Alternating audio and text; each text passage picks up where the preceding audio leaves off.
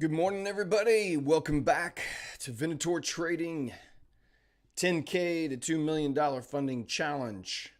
It is Tuesday, August 1st.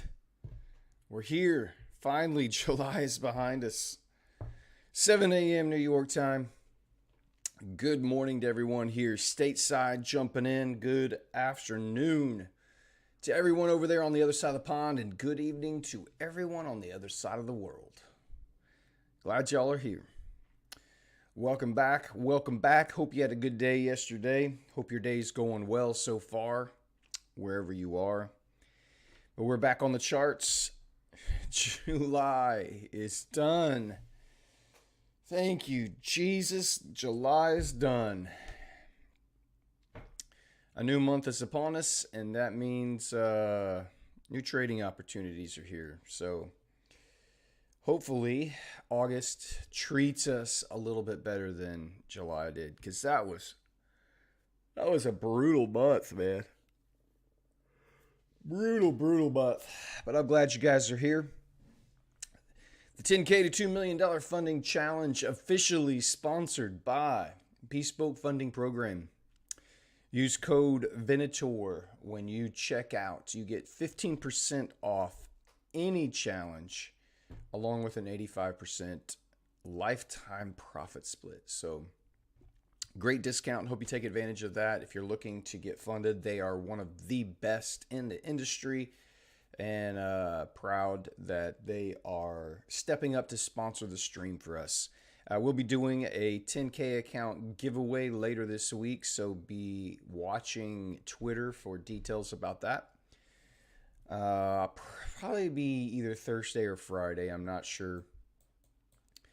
And we'll make it off of a YouTube video, maybe the new YouTube mindset, pre-session mindset video that we uploaded. Maybe use that as a way to get people to sub. I need to get my subs up. I want to try to get to 1,000 subs. Maybe we could do it by the end of the month. That's another 300. That's a lot. But we got to 700 in 2 months. So maybe we could get to maybe we could add another 300 here. But good morning, everyone. Candle Slayer, Marlon, John, Adrian, John Lau, Beeswax, Suryadev, Kenneth, Bilamansky, Chase, Red Ezekiel. So glad you guys are in here and watching. Thanks for being here. I do appreciate you guys tuning in every day. Without the chat, without you guys watching and participating, this would be more boring than just me sitting here being bored by myself. So I'm glad you're here, and thank you for being active over there in the chat. Love that mindset video. Hope your reach grows. I do too. I'm hoping that more and more people find out about this. So we'll see. We will see. All right, let's jump over. Let's see what we got. We do have some news at 10 a.m. Because it's at 10 a.m., I'll take a trade this morning if we can get into it here pretty early, if we can find a setup. If it gets close to like 9 o'clock, 9:30, I'll definitely wait until after the news hits to see if I can find a setup. But you have ISM Manufacturing, which is one. Oh, excuse me. That is a Red Folder News event that I will trade through, ISM Manufacturing. But the jobs opening, the JOLTS job opening, is the one that I will not do. So anything that is that's job related or specifically monetarily related, like interest rate, inflation numbers, that kind of stuff, I avoid that.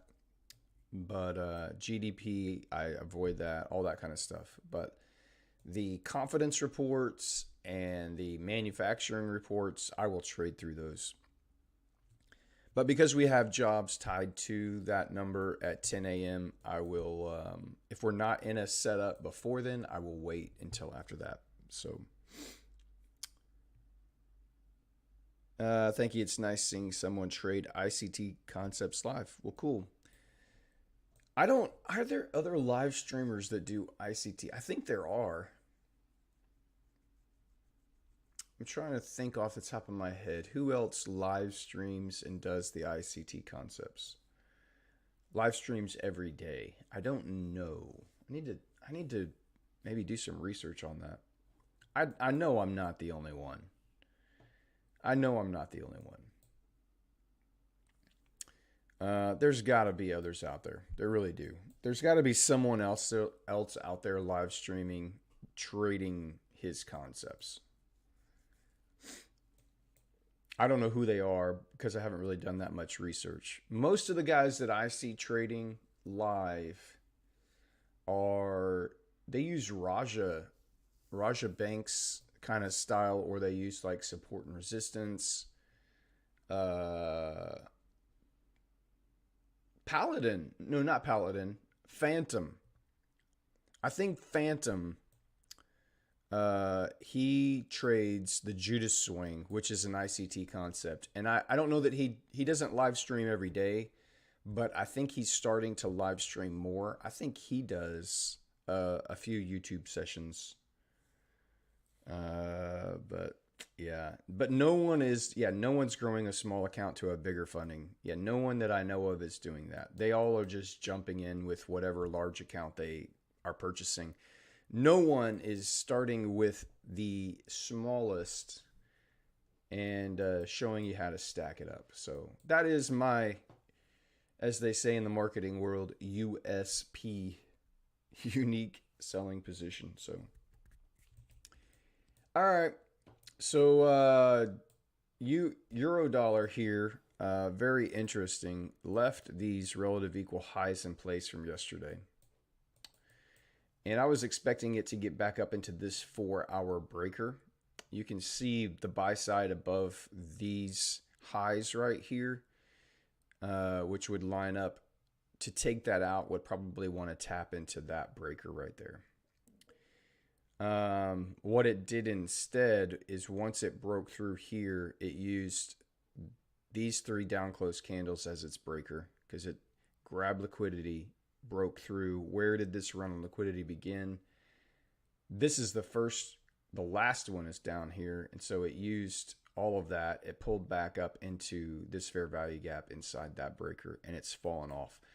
But you have relative equal highs here, and you have relative equal highs now here. So to the buy side. So they're definitely engineering some buy side liquidity there. But currently, yesterday was bearish, and today we've already taken out yesterday's low. The next liquidity in sight is Friday's low, last week's low. So interesting, and there's relative equal lows down here too. So that could be the draw on liquidity inside this big fair value gap here, which would line up ultimately with this daily order block down here as well. So we'll see start of the month, first day of the month. If you look at the monthly candle, you can see we tapped into that weekly volume imbalance here, wicked all the way through it, and then we rejected hard after that. Closed with a massive wick up off of that. So we've grabbed buy side liquidity here now. So, definitely feels like you could see some bearish price action. The last 2 weeks and now the start of our third week have been retracing that entire candle move. So last week we completely filled it in, and this week is pushing back down a little bit too. So this is a weekly fair value gap underneath here, which it tapped into twice to send us into that big buy side liquidity run there. Be interesting to see if it wants to come back down that low. I don't know that it wants to or needs to.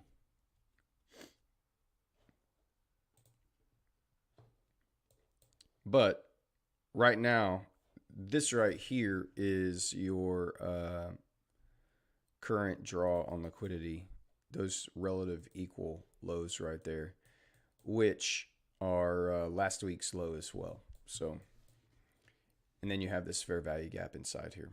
We'll go ahead and denote that as well. Might as well.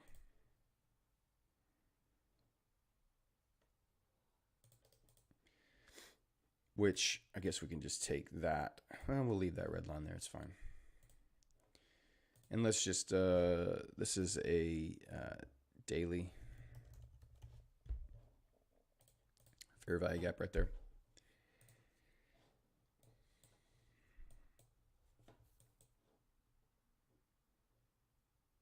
Four hour, again, left this, respected this fair value gap, and it's fallen away. Just pretty much dripped off. No big major moves, but it's definitely just fallen off here. Overnight, we had our midnight open. The true day open is New York midnight. So that would be right here at the open of this candle. We pushed up, and now we've pushed down. 30-minute, nothing much there to look at. Here on the 15-minute time frame, you did have a nice little setup where you had all of the Asian session here, and then as you get into London, it pops up, and then you get this big candle down. It closes through. You could have identified this little candle right here as your breaker. You're probably a break-even trade if you took this.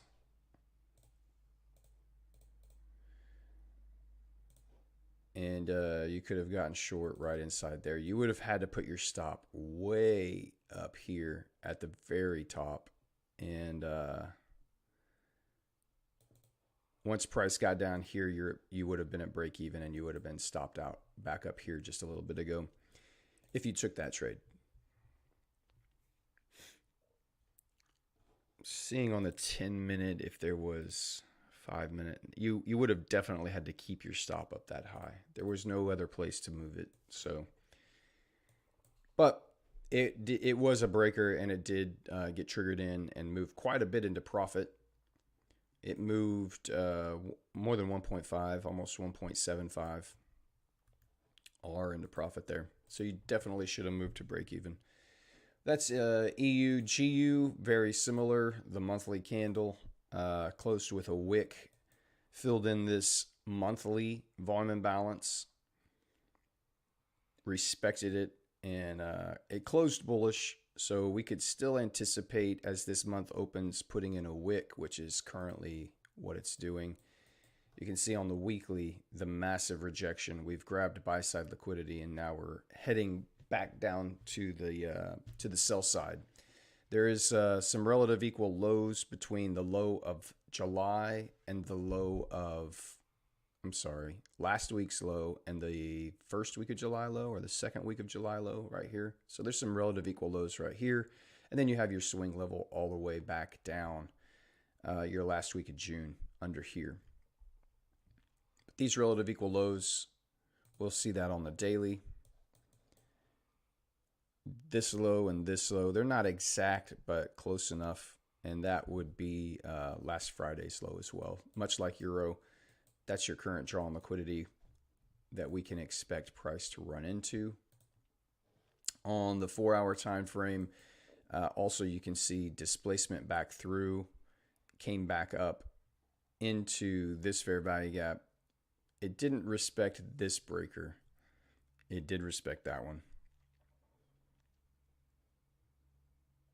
But these fair value gaps are holding and sending price lower here. So this right here, I think, is probably your draw on liquidity so far, at least for the short term for this morning.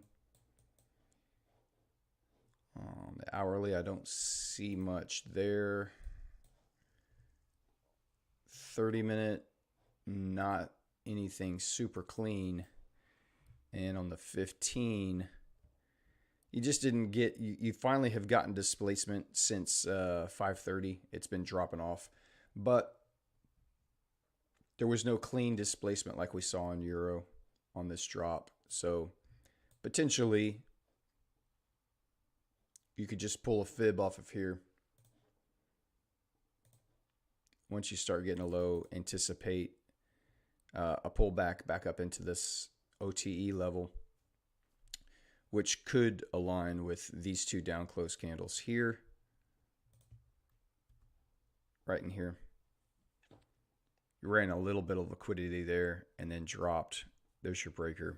So we'll keep an eye on that and watch to see what's going to happen there. On the dollar,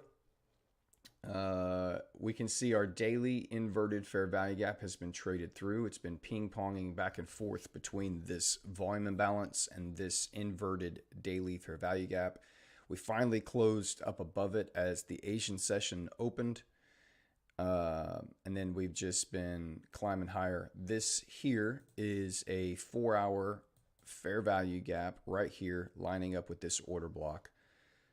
And this green box is your daily breaker. So this right here, this move and run on liquidity, all of this started back down here.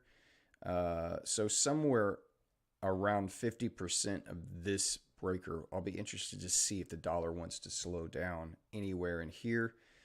And currently, this 4-hour fair value gap and this order block lines up about with that. So it's kind of where my eye is drawn currently, is price wanting to fill in this 4-hour fair value gap and jump up into this order block. And then we'll see if it wants to roll over here or if it wants to dig into some more of this sell side imbalance a little bit further to the left on the 4-hour time frame. On the daily, and let's look at the monthly, we just closed that out. Kind of opposite of euro dollar. It's the wick to the upside or the downside here, reaching into this monthly fair value gap. It's tapped into once, twice, 3 times. This month made a big, deep dive. And you can see there's relative equal highs up here around the 106 area, just above these wicks on these candles here. Could be wanting to run up there now that we've manipulated this accumulation. So accumulation, manipulation, you could potentially anticipate some distribution higher. Doesn't have to, but it could just reach up in here to rebalance, reach back up to the top of that daily breaker and then fall off. That daily breaker lines up with, no, it doesn't. Thought that was a fair value gap, but it's not. That wick definitely comes down further. On the weekly, let's check that out. We're about to fill in this fair value gap. That's the fair value gap I was looking at. What you do have is this, no, that's right. That's right. Never mind what I said. This 4-hour fair value gap would be the top part of this weekly fair value gap that it's taken the last 3 weeks to completely rebalance. So we'll be watching. Lines up with this weekly order block as well. These up close candles that then get traded through, we would anticipate if price is going to remain bearish that they would respect this order block right here. So it's reaching up, about to reach up into that currently. So currently bullish, definitely moving up. And we'll just have to watch and wait to see if it gives us a pullback anywhere. But we've definitely made a higher high, a higher low. We've traded and displaced through it. So we will wait to see if we get some kind of swing level up in here for price to roll over. On the 4-hour, again, this is that 4-hour fair value gap, and the green box is a daily breaker. I'll go ahead and move that out. On the 15-minute, we'll look kind of opposite of what happened with Euro. You had this run into sell-side liquidity, displacement up. starting on this breaker, this candle right here is where this run started. Once it displaces through, it didn't come back down to 50% of that. It got pretty close, and then it has since just traded higher for the rest of the London session and into the New York kill zone here. All right, that's dollar. Let's look at GJ. This 4-hour breaker is still a valid setup here on the 4-hour time frame. We have grabbed all of this sell side liquidity. We have displaced through after grabbing sell side. This move started on this down close candle, and you can see a nice little fair value gap inside of there right now. So if GBP can come down and get back into there, I would be willing to look into a lower time frame. You could just trade that setup by itself on a 4-hour time frame. These breaker blocks work on the higher time frames just as well. You're just going to have a lot larger stops, and it's going to take a lot longer of time for your trade to play out, which means you're probably going to have to be okay with potentially holding a trade overnight or even through the weekend, depending on when it gets triggered in. So still a valid setup. I'll take those on my other accounts, but not on this account. 1 hour. So far, we've just been kind of accumulating here inside of this range right now. So we're just engineering liquidity currently, and it could be something where we're going to engineer some sell side, some buy side. We engineer sell side to dip back in, rebalance this to then aim for the relative equal highs up here. It could just go and take those out now. Let's see, what is this? This is the end of yesterday's afternoon session in New York into London. We've just been kind of dripping down through London. We've grabbed some sell side liquidity here already. And right now, we're starting to head back up. Right here, these relative equal highs up here are probably where our price is eventually going to make those smooth lines jagged. Anywhere you have nice clean lines like this, you're gonna anticipate price reaching up and stabbing into that. It's definitely in a uptrend, so taking counter trend trades here is probably not super advisable. I would steer clear of that. I don't see anything else. If it displaces up through there from this run, could leave another breaker that we could try to find an opportunity in here. It doesn't have to come back down to this 4-hour breaker. But if it does, that's where we would be looking for a setup. In the meantime, we'll just monitor this 15-minute time frame, and if we get displacement, we have had a run of liquidity here. So all of this sell side liquidity under all of these relative equal lows, this old swing low and this old swing low have all been tapped into. So if we get some aggressive displacement away from here on GJ, you could potentially identify a fair value gap in here with this breaker. So we'll watch that. US 30 just is accumulating. If you look at the monthly, we just had a huge monthly bullish candle print. This is the second month in a row that we have just been ripping higher. The all-time highs are definitely now in play. Like those are legitimate highs, draws on liquidity based on the size of the last 3 to 4 months of candles. That could be this month. Well, TBD, of course. It's got a large amount of imbalance here that typically it doesn't just run away. Over here, it's left some fair value gaps, but typically the US 30 does not like to leave unbalanced price action behind it. So you could see maybe here at the beginning of the month some kind of dip down to leave a candle, a wick to the downside. before it wants to move higher. It's got a small little wick in right now.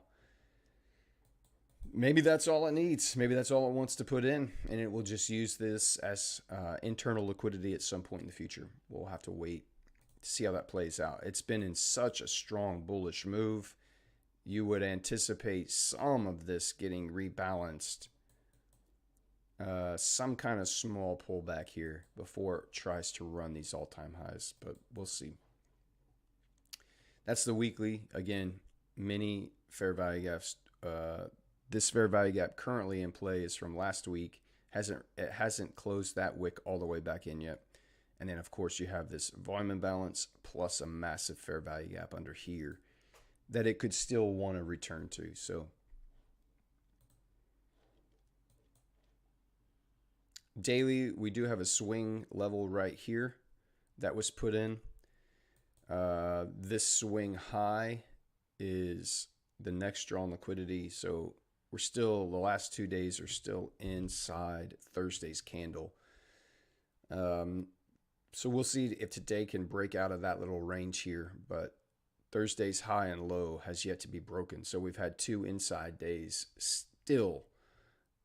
Friday was an inside day. Monday was an inside day. Of course, yesterday was closing out the monthly candle. Left behind that fair value gap. That's the new week opening gap right there. It's tapped into it twice now. So just keep an eye on that. 4-hour time frame. Not really seeing a whole lot here. Again, we're just inside this range, this dealing range currently. We're back up into a premium level of that dealing range inside this fair value gap. So we'll just, we're going to need to see a little bit more. Obviously, we're in a big uptrend, but it's hard to go counter trend on the indices right now because they've all been so bullish. But you would think, at some point, there would be some kind of a pullback and just a little, the market likes to ebb and flow, and there has been no ebb and flow to, especially the US 30. It's just been flow, no ebb.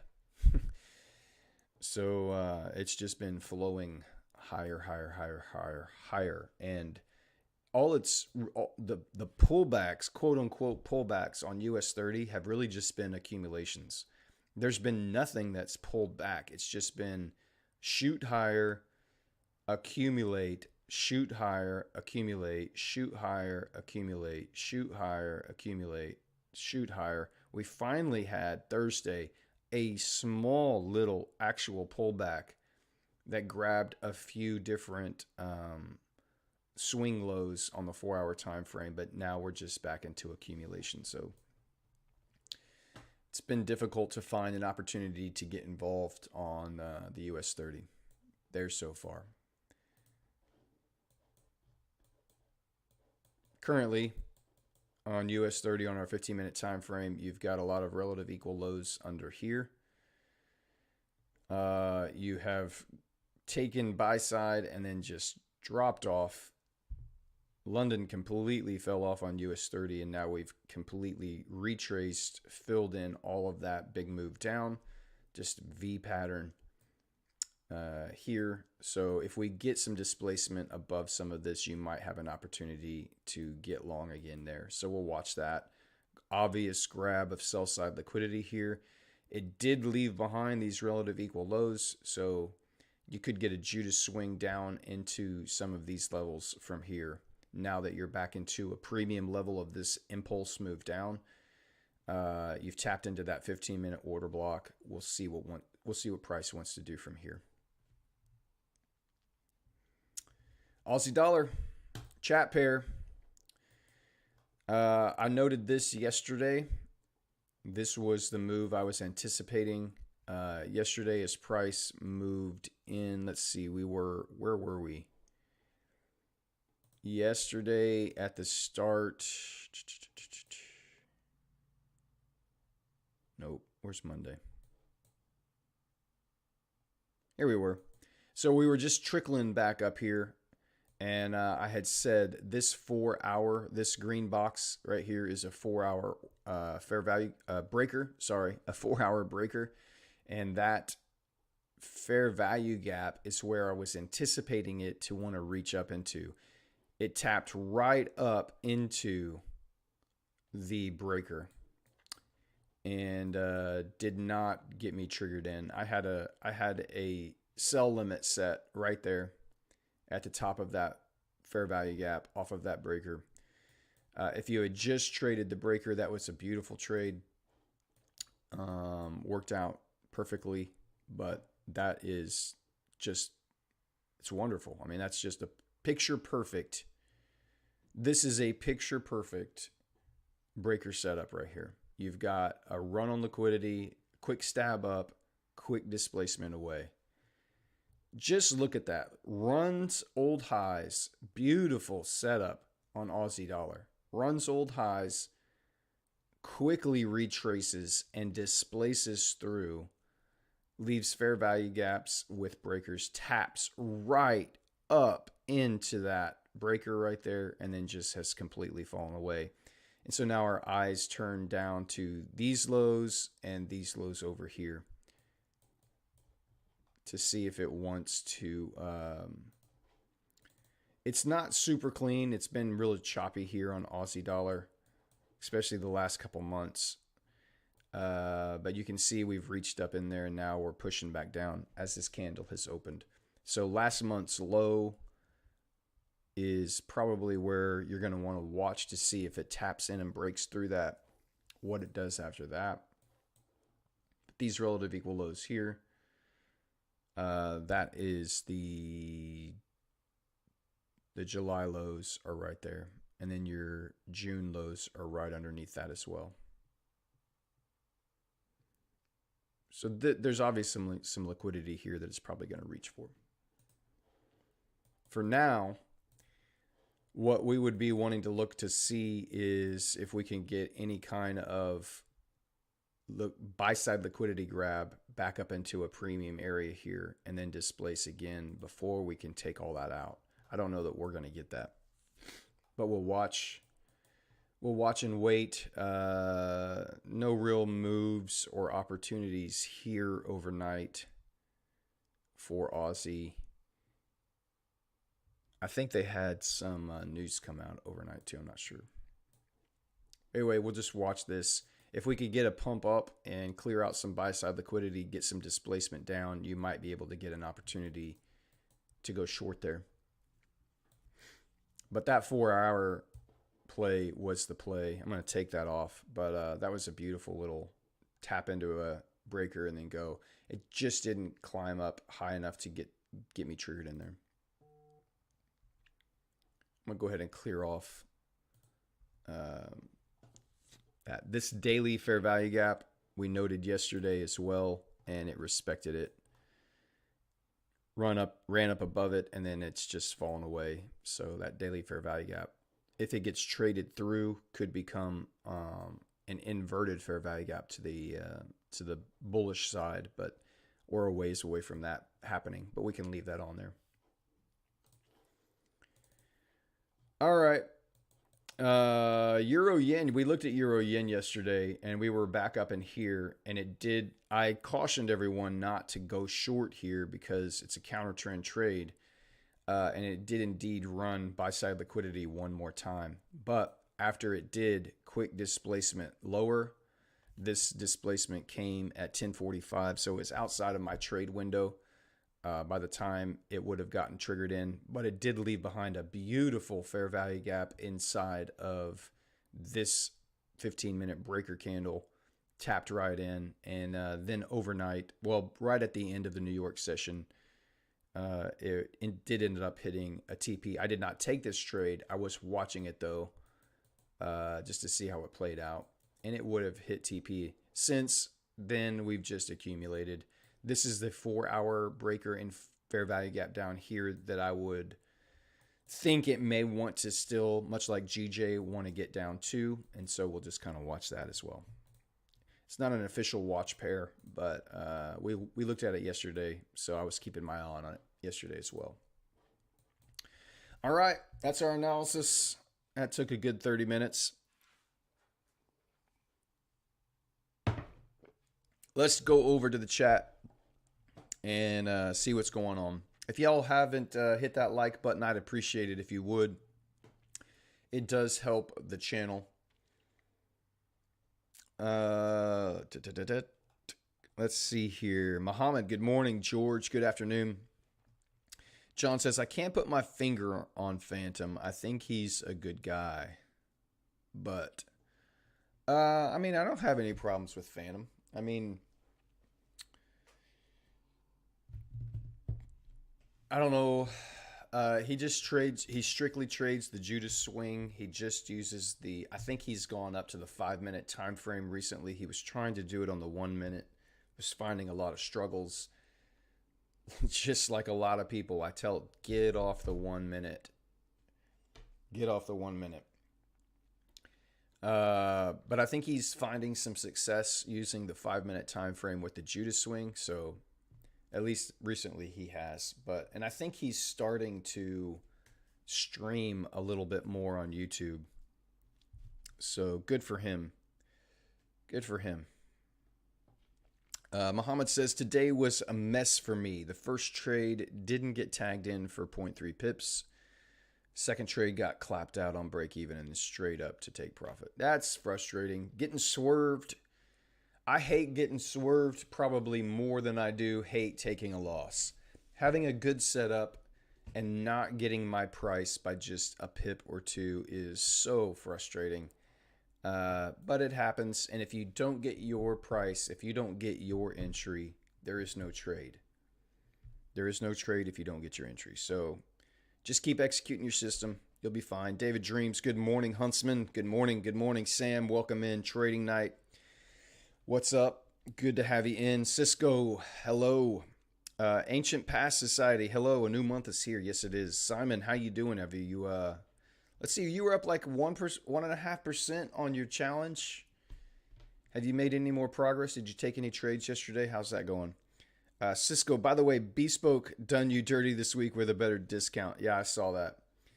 They do have they have a flash sale going on right now. I think it's like 20% off with the same profit split, but you get like, what is it, like 115% refund or something on your challenge fee. Yeah, that's they can do that. They can do that. That's their prerogative. They can definitely undercut affiliates. I mean, you can still use my affiliate link, and so the link that I have on my profile page, I don't even know if it's in the description of this video. I'm not sure what I have in there, but so I have an actual affiliate link with them that you can use that discount on. You can use that better discount, but just use my affiliate link and I'll still get a small commission off of that as well. So if you don't want to use the Venator discount code, you want to take advantage of that slightly better discount that they have going on, just use the affiliate link and that'll help out the stream as well. Pedro, good morning. Muhammad says it was 20% off 85 and 120. Yeah, that was it. That sounds about right. You can use that one. Just use, like I said, just go through the affiliate link I have there. And you can still help out the Venator stream. Marcus said pullbacks are no longer a thing. Yeah, especially on the indices, no pullbacks. We're not letting anyone participate that missed the move, is basically what they're saying. Aussie interest rate, yeah. Oh, man, I got the yawns going today. Bespoke is lagging because of no strong partners or affiliate people in Twitter. I think they're working on it. They, from my conversations behind the scenes with them, they are fine with slow, steady growth. They're not, I mean, of course they would be okay with a pop off, right?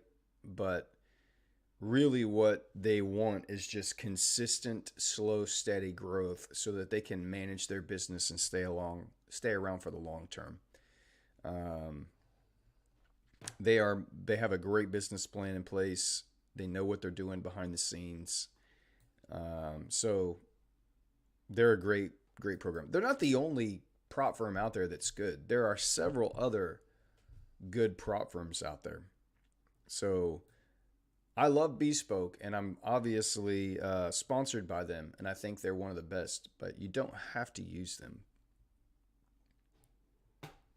But they're growing. They just crossed, I think, $1 million in payouts for the month of July. I think I saw that this morning. Uh, I mean, that's a huge number. You paid out $1 million in profits to traders getting payouts. So number one, that means you're finding consistently profitable traders, and you're growing. You're getting more and more of them. So good for them. And my comments are behind. No worries. It's all right. Alpha Bridge, the flash sale is nice, but I think August maybe not the best month to start a new challenge. August, yeah, August isn't always a great month to trade. It's in the middle of the summer. You often get a lot of accumulation, just a lot of sideways chop. So we'll have to be cautious and careful, and we'll pick our spots. If we see our setup, we'll strike. Otherwise, we will do nothing because that's what we do here. We do a whole lot of nothing sometimes.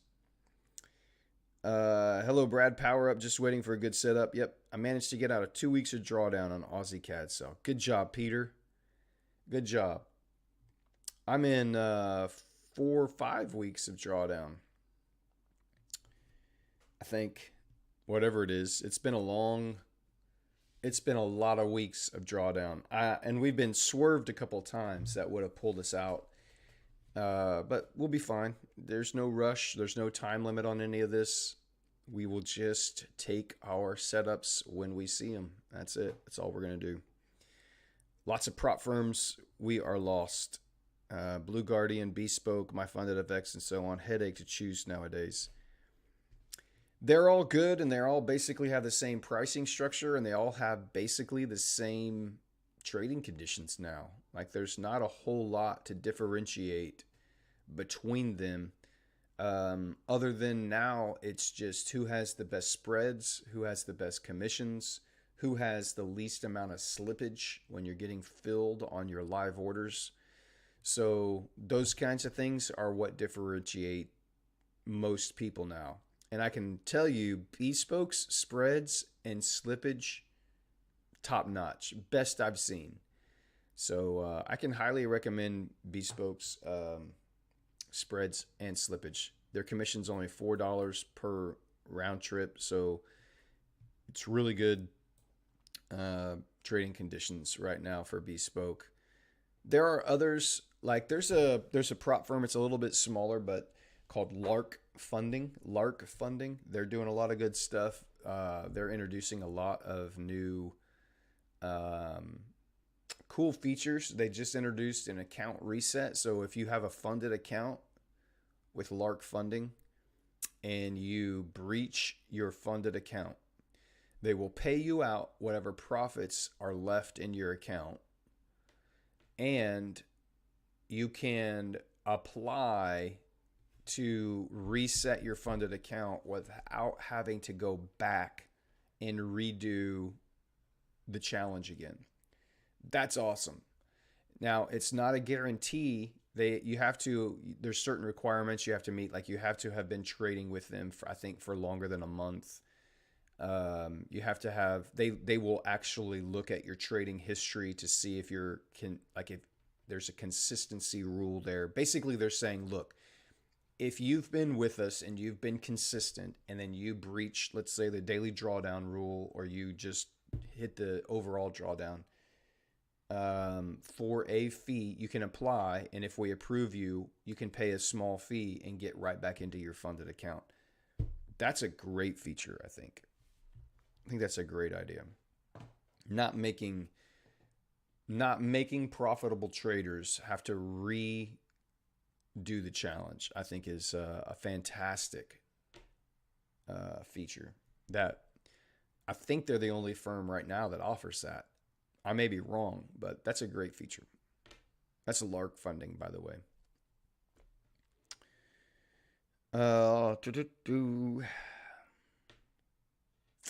Any update from that guy yesterday who had his account banned with Bespoke? No.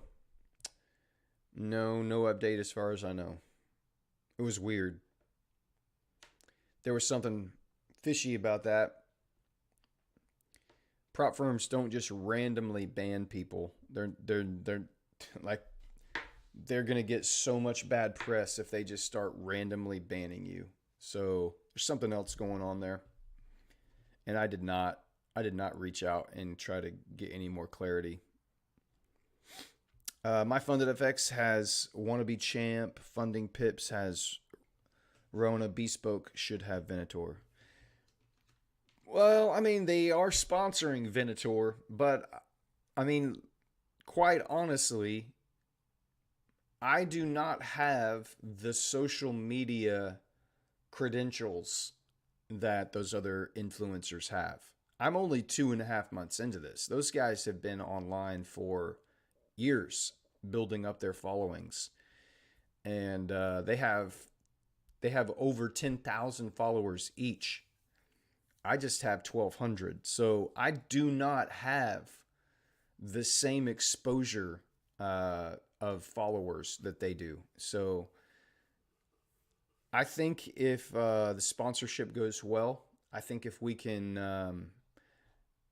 I think if through the sponsorship, Bespoke improves and they see their bottom line improve because people use the discount code and they hear me talk about it, whatever, then having an affiliate badge could be in the future. They didn't not offer me an affiliate badge. They just said, hey, we think that's something that could be there, but let's just do this. So basically, we're like on a month-by-month trial here with Bespoke sponsorship. So at the end of August, or towards the end of August, we will kind of reevaluate and reassess. We'll see how effective the sponsorship was on my end and on their end. And then we'll see if we want to make any changes from there. So it's not like we're locked in as Bespoke is the partner forever and ever. We both have a lot of freedom in the arrangement currently. If it's not working out on either side, we can amicably part ways. And if that happens, I'm totally cool with that. I'm not gonna stop streaming, but hopefully over this next month, things go well for them and for us, and it all stays just fine. Do you get your first payout after 30 days? You get your first payout after 14 days with Bespoke. 14 days after you take your first trade on your funded account. What can you say about trading a different strategy on challenge than switching your strat once funded? Let's say you have backtested both of the strats you're going to use. I am a huge supporter of not changing anything when you get to your funded account.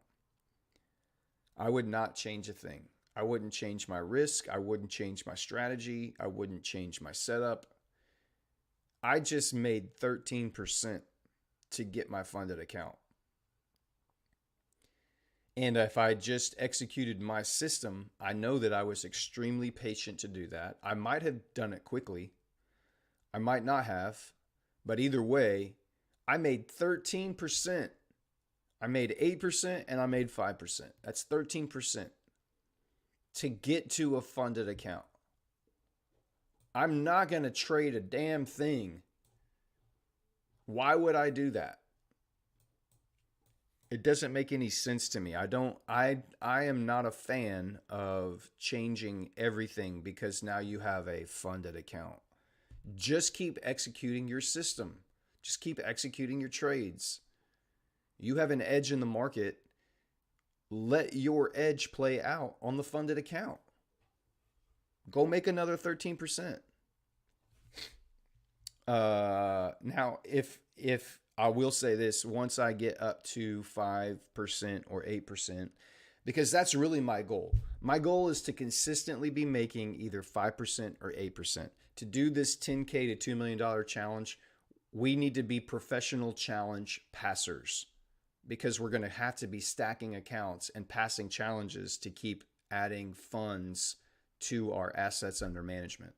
So I'm not going to be doing anything different. I'm not doing anything differently right now. I'm trading the funded account that I have exactly the same way as the challenges. Like they're just copy trades. So I I'm not a proponent of switching everything up. Now, I'll say this. Once I get to a fairly large high six-figure or even seven-figure management, what I'll do is probably some of the accounts I will slightly lower the risk so I can diversify across all of those accounts. Some I'll keep at 2%, some I'll keep at 1.5%, and some I'll keep at 1%.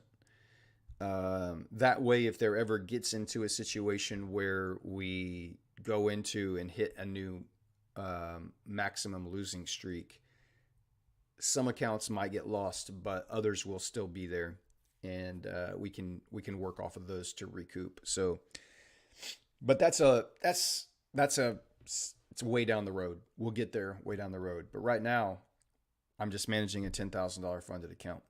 That's it. So nothing changes. Nothing changes.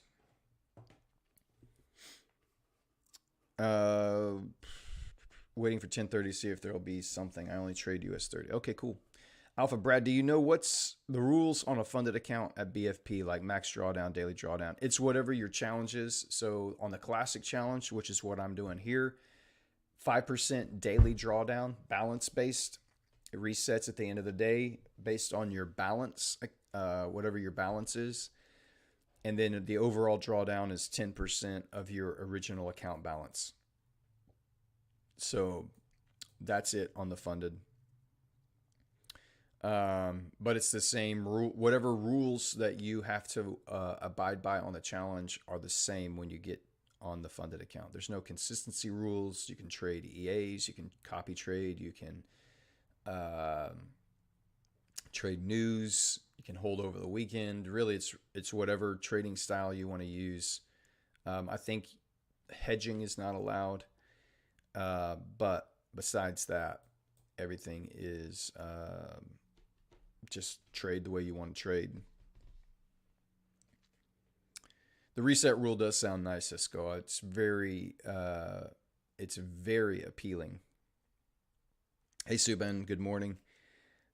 Cisco, yeah, that guy definitely must have done something dodgy. Oh, for sure. For sure. I agree. You make 13%. What do you need to change? If anything, you can lower risk per trade, but don't change the strategy. Strategy should definitely not change. And I would say don't change your risk. It just messes with your mindset. It's a mindset issue. The reason people trade fine and they pass a challenge and then they get funded, and as soon as they change their risk, they have made a decision in their mind that they're scared. Like it reinstills this fear of, oh my God, I'm funded. I can't lose this account. Let's just reduce risk. It doesn't matter. I understand why you're doing that. I understand it's about preservation of capital. I understand the logic that goes into why you would do that. But if you know your data, if you know what the last 100 trades, if you have all of those stats and you know what the probabilities say are likely to happen over the next 100 trades, then don't change anything. You got to be comfortable. I mean, everybody has a different risk appetite for sure. So everyone's got to make their own decisions on what that's going to be. GBP falling off a cliff, euro dollar not showing any weakness, but GBP is definitely super weak. GJ not showing the same amount of weakness here. US 30 stalling out near. We didn't displace back above these highs. A little order block is holding, and Aussie just accumulating still. Not much happening there.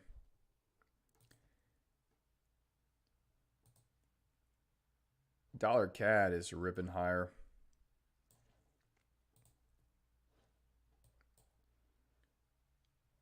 Little run on sell side liquidity here on dollar CAD. And so we run this liquidity and this liquidity, quick stab down, quick stab up. This 4-hour candle closes up, it will leave a nice little breaker back in here, potentially for dollar CAD to work with. Maybe somewhere right around in there, off of that fair value gap. We'll watch that. Nice little level there.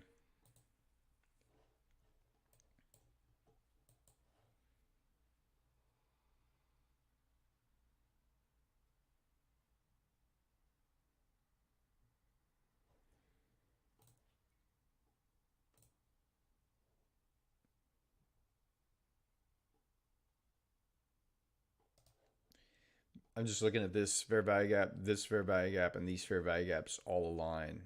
So I would, that's a very nice little area right there. Could, if you get a pullback on dollar, to watch that. We'll see. Lines up with this 1 hour breaker right here. So these last up close candles. These are the last up close candles that you have right there.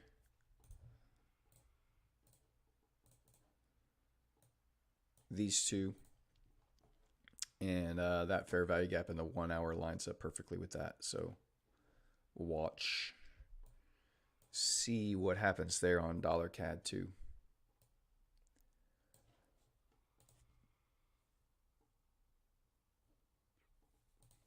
Looking at,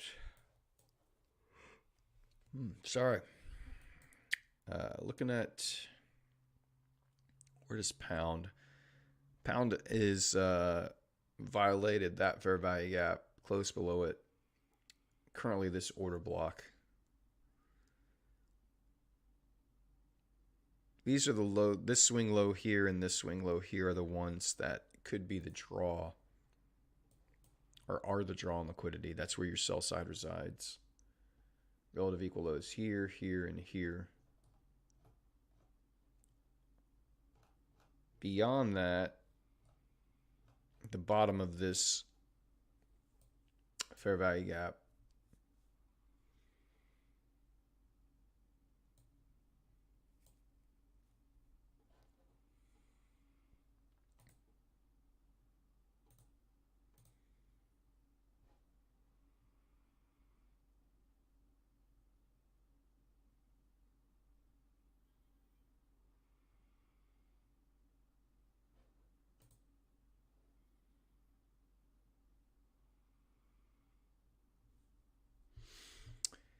I don't see any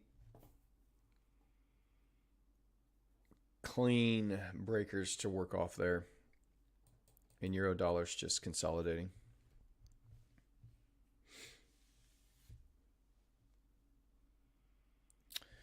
Ancient Pass says, what's improving for me because of your streams is discipline. Where I'm, London session begins at 10 a.m. I used to take tens of losing trades per day before the right setups appear in the evening. Man, I was there. I used to do that too.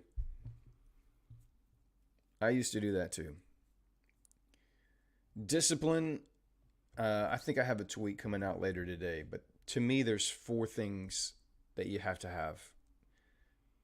4 like foundational pillars that you have to build off of. You have to have education.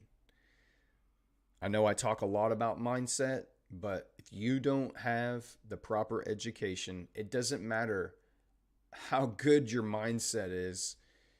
If you don't know if you don't know what lot size to use, if you don't know where to put your stop loss, if you don't know what your setup is, if you don't know how to read price action, if you don't know your strategy, like if you don't have the education to do this, nothing else matters. So you have to have education. It all starts with good education. But once you have that, most people think if I just get more education, I'll be fine. And that's not true. Once you have the foundational education, after that, it's patience. You have to be patient. And that trips up so many people. They just cannot be patient. They have to get in there. They have to push a button. They have to take a trade because they can't deal with the pain of not being in the market. So, education, patience, discipline. Discipline comes down to executing your strategy, not changing it in the moment, not moving your stop loss, not changing your risk management, not all of the things that go into making sure you follow your rules, that you stay committed to the system that you have in place. So, education, patience for it to develop, discipline to execute. And then the fourth one is perseverance. This business is so hard. You're going to lose. You're going to fail. You're going to blow accounts. It's part of the process. If you do not have the perseverance gene, you're going to get spit up and chewed out because you've got to be able to deal with loss. You've got to be able to deal with failure. And if you can't, you're not cut out for this. So those to me are the four things you have to focus on as a trader: education, patience, discipline, perseverance. You can build if you have those things, you can reach profitability. You probably will reach profitability. That's kind of how I look at, when I look back at my trading journey, early trading journey, and the mistakes that I would make. It's because I had the education. I've always been a learner. I love learning. I love diving in. I have a ton of education. So the education side of things, I thought, was all you needed. You learn how the markets move, and then you just make money. And it's so much more than that. So education was never my problem. Patience was a big part of my problem. Discipline was a big part of my problem. I was missing two of the four. I had perseverance. I'm a glutton for punishment, evidently, because I failed and failed and failed and failed and failed and failed, and I just kept going. I knew I was not going to quit. I have the perseverance gene. Like when I get into something and I decide I'm going to do it, I'm going to do it until I figure it out. So that was not going to be a problem. Now there were times that I wanted to quit. There were times that it sucked and I wished I was everyone was like, "What are you doing? Why do you keep doing this? This is not working. You need to give up." But I couldn't let myself. I knew how much, number one, how much money I have put into mentorships and purchasing challenge and education. So I had a lot of money invested so far that I was like, I'm not just going to walk away from that. Number two, the time invested. I'm going to figure this out. That's kind of how I knew it. But then I just could not be patient. I could not be patient. And then once I started being patient, then I was undisciplined. I would talk myself into seeing things that weren't there. I would move my stop loss. I would change my risk reward. I would change the amount of risk every time I would trade. I would revenge trade. I would go on tilt.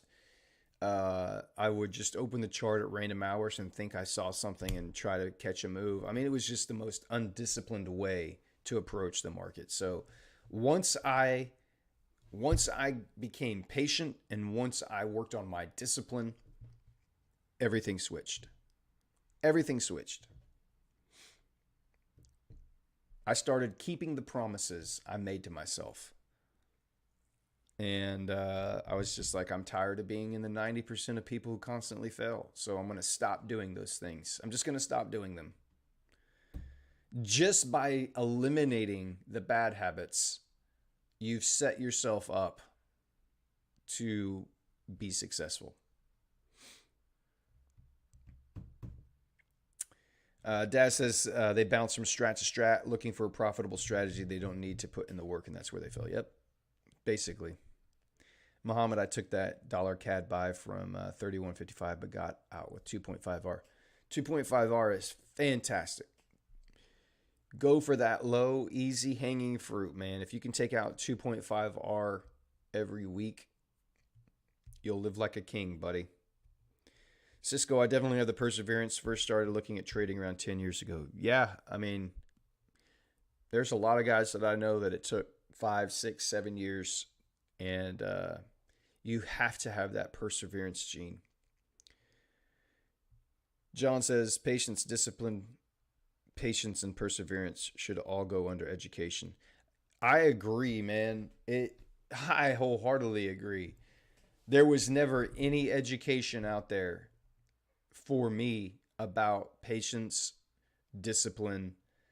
It just didn't exist. Perseverance, all of that. None of it was taught. It was just, here's the strategy. Here's how you find your daily bias. Here's support and resistance. Here's how you find Wyckoff. But no one taught you how to be patient. No one taught you how to be disciplined. And quite honestly, self-discipline is something that I don't know how you teach. It's something that you have to do. Like you have to decide to be a disciplined person. If you don't have discipline in other areas of your life, if you're not a disciplined person in the way that you manage your time, the way you manage your money, the way you approach your health and fitness, the way you approach your diet, the way you approach projects, whatever it is, if you don't have self-discipline in other areas of your life, and then you come in here and you try to start trading, you're not suddenly going to be this magically disciplined person that's going to be able to conquer master the markets. It's just not going to happen. You can't do it. A disciplined person is disciplined across the board 9 times out of 10. There are very few traders that I know that are just absolute slobs and undisciplined in their real life, and then they can get to the charts and just execute like they are, stoic monks that just act like robots, and execute like robots. It doesn't work that way. You have to have discipline in every area of your life, because it will make your discipline to trade so much easier. Technical education is most important. However, technical education has no upper bound. Yep. Correct, John. Correct. We need this clip as a short. I don't know what that means. You're talking to a Gen Xer who is technologically challenged, Muhammad. Somebody help me out. John says, it's like coaching football. There is no limit in what you can learn. Matt LaFleur and Andy Reid are always learning more. Absolutely. You're constantly learning. And that's why I still watch. I don't watch ICT anymore because it's not helpful for me. There are other guys that I watch that are more helpful, that they just basically lock in on the same kind of strategies and systems that I'm using. And I just like to see what they do. I like to keep up with them. I'm always learning. Even if it's not trading, I'm always just learning. I'm a reader. I love to read. I love to listen to podcasts, books. You got to be constantly sharpening your mind. Muhammad, this was the greatest 5 minutes of knowledge I ever got. Oh, a new daily pre-session mindset. Yeah, maybe we could talk about that. I could do a series of pre-session mindset videos, I guess. We could do one on the 4 pillars. We could do one on education, patience, perseverance, discipline.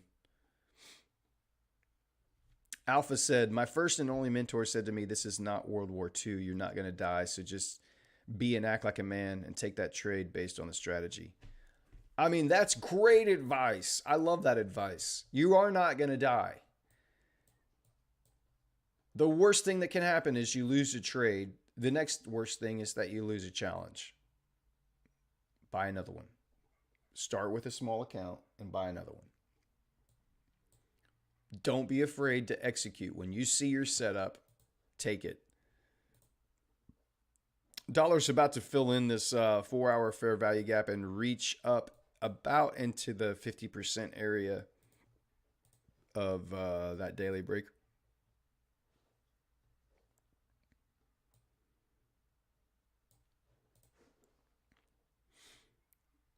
So we'll see if it just wants to keep ripping higher here.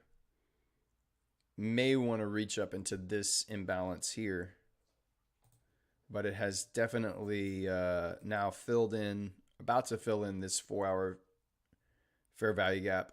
This order block will be, this is where I kind of have my eye. Does price want to turn somewhere in here, which would line up with about 50% of this daily breaker?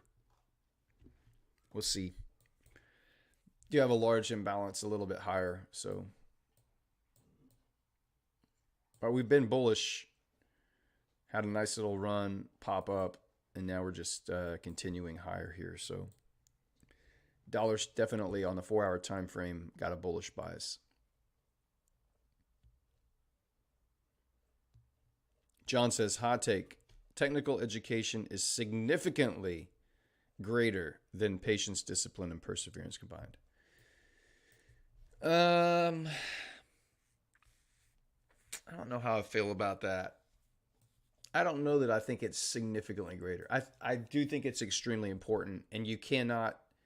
It's probably significantly important in that it doesn't matter if you have the other three. If you don't have the technical education, you're screwed. So in that, yes, that is absolutely true in that you have to have technical analysis first. It doesn't matter if you're patient and disciplined and you can persevere if you don't know what the hell you're doing when you look at a chart. So 100% agree. It's probably the capstone of the four. Like if you were going to have a foundation with 4 blocks, the capstone is the most important stone in the foundation. And so probably technical analysis is probably the most important, because without it, none of the others matter. If you don't have it, it doesn't matter how positive of a person you are or how patient you are. You've got to be able to read a chart.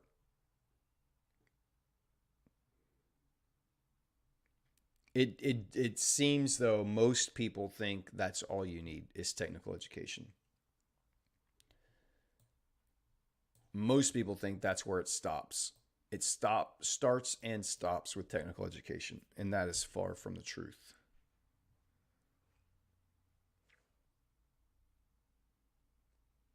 Yeah, Cisco, you're right. You can learn technical education pretty much anywhere and from anyone. You can pay to learn the education. I don't know who you pay to learn to be patient and disciplined and persevere. That's an internal thing. That's a maturity, personal growth issue. Being around people that talk about it and being around it and seeing it executed can help you, but it's still just a personal decision to practice those things.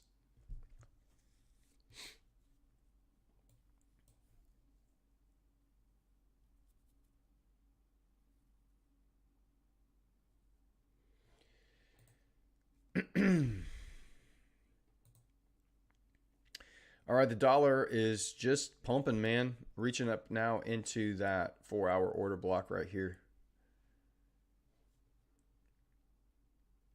And it shows no signs of slowing down. Just ripping, man. Just completely ripping.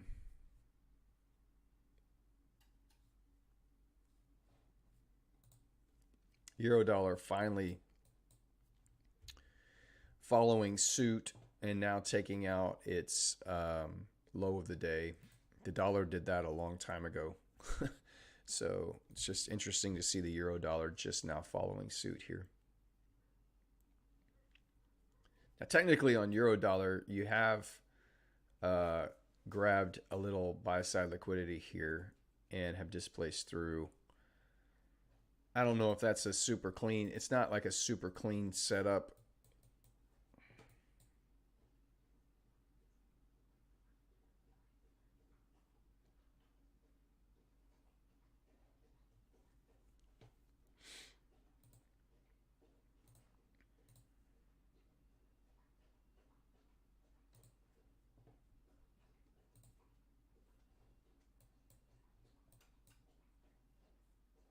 Aussie continuing lower here.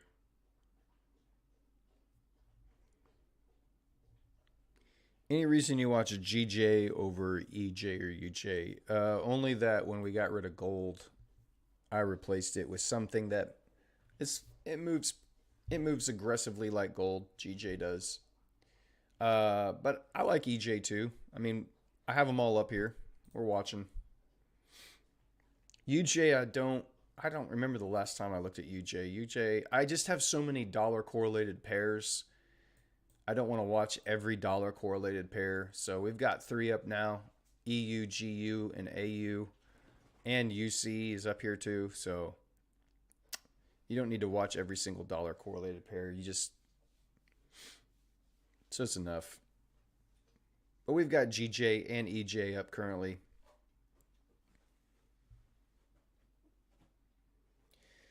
John says if you were coaching football and you were extremely good in teaching dive, sweep, ISO, and hook pass, but that was all you did quite well, you would definitely win some games, but you wouldn't make it to the playoffs. It's a good analogy. Good analogy, John. I like it.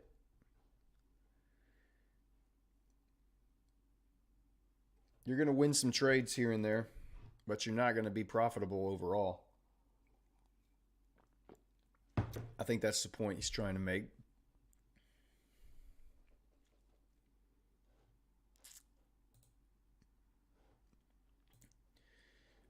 Dollar to open August is just pumping. Absolutely pumping. Let's see. This order block right here.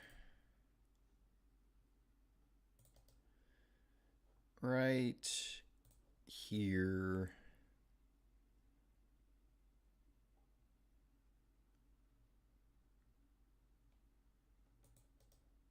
That's the 50%, or as ICD calls it, the consequent encroachment of that order block right there.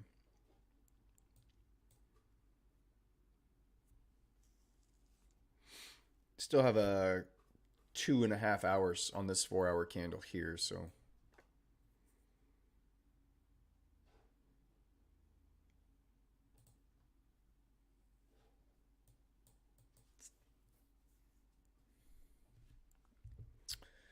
I know my wife has something this morning. I don't know what I got. Let me look.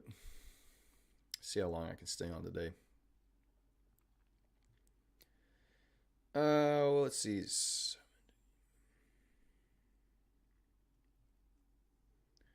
We can stay on probably till the 9:30 open. I'm not going to stay on till the news hits at 10. But we'll stay on for about another hour, probably. See if we can catch something.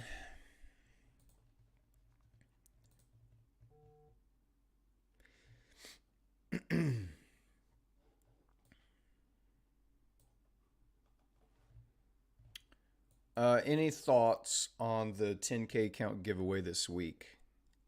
Thursday or Friday? Wednesday, Thursday, or Friday. Not Wednesday. That's tomorrow. I need to give it like at least a full 24 or 48 hours. So think either Thursday or Friday. Do you guys have a preference? We have NFP on Friday, so it might be good to do it on Friday along with NFP. Get some people watching while NFP hits too. I don't know. I'm not sure what would be a better day. Cisco says Friday. Anybody else have any strong opinions on that? It's going to be Thursday or Friday, and I don't care which one.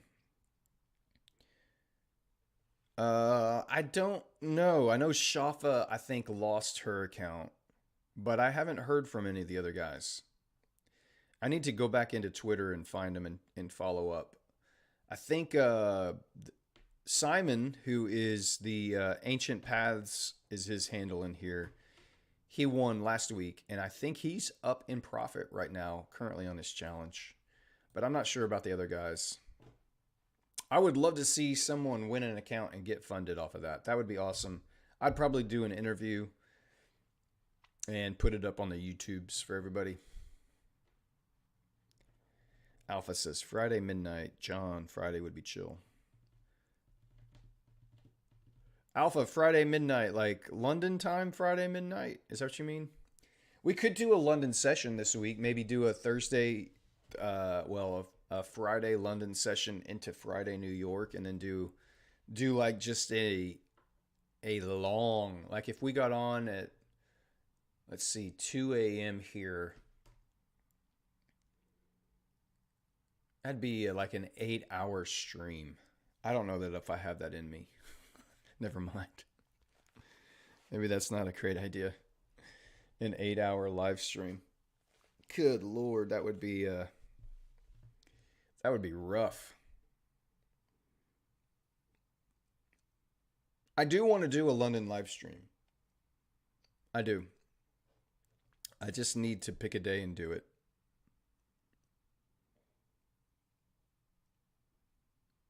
I think most of our viewers are not in the States, so we would probably have a pretty good live stream. Most of you guys would probably still be here, I'm guessing. An 8-hour stream sitting doing nothing. I mean, you're not wrong. You're not wrong.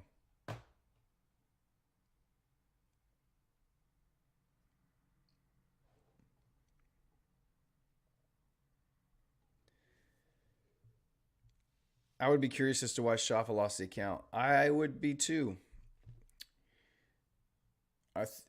What she said yesterday was she didn't win one trade on the account. So I don't know what that means. I know she had a funded account. I don't know if she lost that too. She said that she has been in drawdown. I think it was on yesterday's stream. She was in here. But I don't remember. She didn't go into a lot of details other than that she lost every trade on that account.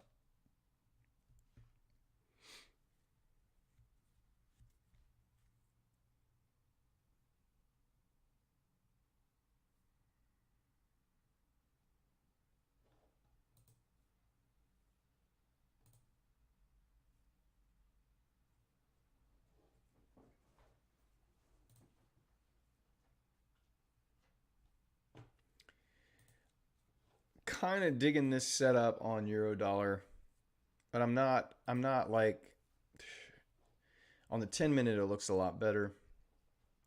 Run of liquidity, quick stab up, displacement down. You have your 3 candles here that form your breaker. This down move initiated that run up.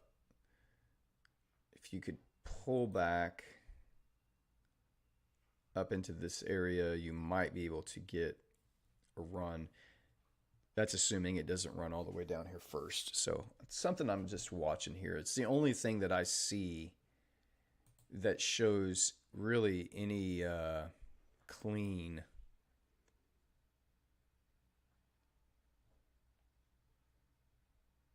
moves.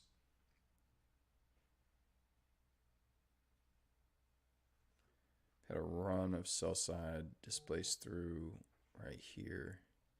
You have a little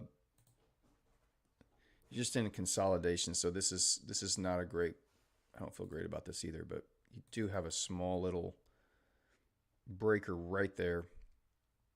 This up close candle, we stab down into sell side liquidity, and then we've displaced higher. The thing I don't like, it's just left behind these relative equal lows here, and it's already taken out that buy side. So not a great play there on EJ. Nothing there on dollar CAD. NAS, let's see. Coming into the 8:30 open. Relative equal lows. Have some imbalance here. No setup there. S&P also kind of dropping.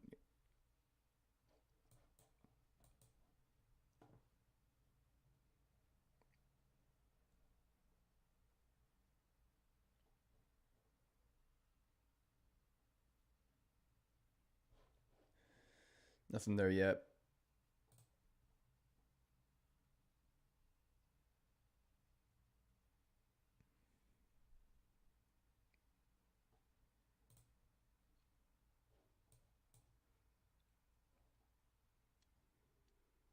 Order block, this little 15-minute order block could not get above that.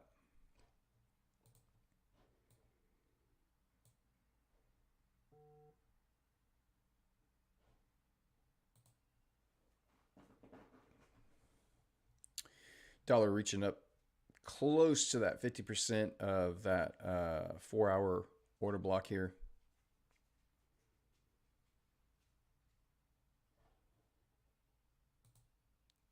It's on a tear.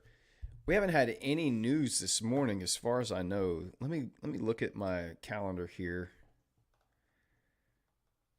Yeah, I mean, since 5 a.m., we haven't had any news come out, and it is just tanking on GU and now EU as well. And dollar's just ripping.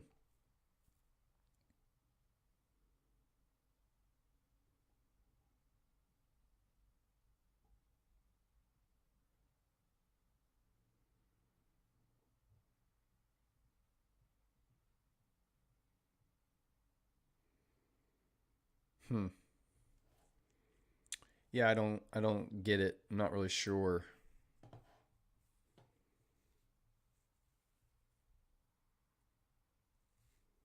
I don't know what strat she was using. I don't think she ever told us what it was. I think it was like a OTE fair value gap type strategy, but I never got the details on it.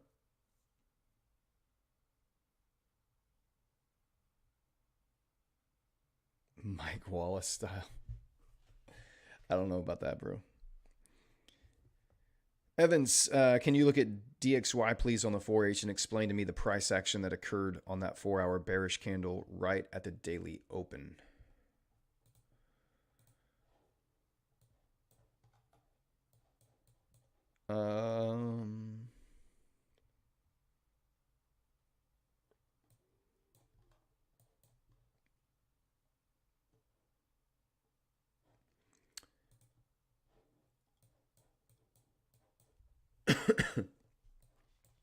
Well, currently, overall price action was this run on liquidity. And since we've stabbed all this liquidity, we've just been very bullish. If we get displacement above this high, then you would anticipate the dollar remaining bullish and aiming for these relative equal highs up here. All of this up here. So currently we're just in a uptrend. We've broken structure. We've had a higher high, a higher low, which we displaced through this swing high here, and currently have displaced through that swing high there as well. Currently reaching up into this daily breaker right there. This upper fair value gap looks like that's where it wants to draw on liquidity, is up here into this daily fair value gap. On the 4-hour, I mean, it just the day opened and then you dropped back down to rebalance this candle. Closed. There's left a small little fair value gap right there, but since then it's just shot higher. Like it's just in an uptrend. I don't know. I don't know what else to say there from an analysis perspective. It's making it. It changed structure here, so changed structure, came back down. Uh, Once it displaced right here, it filled in the opening gap. So the new day opening gap came down, filled that in, and then just shot away from it. So it gave buyers that didn't get in on that gap, it came back down and gave them a chance to get in on this move. So it hit that gap, came back up. Since then, took out buy side liquidity here, came back, rebalanced these fair value gaps, these imbalances, shot away, displaced above this high, and since then hasn't really given any opportunity to participate on a pullback. Had a small swing level right here, small swing level right here. That's about it.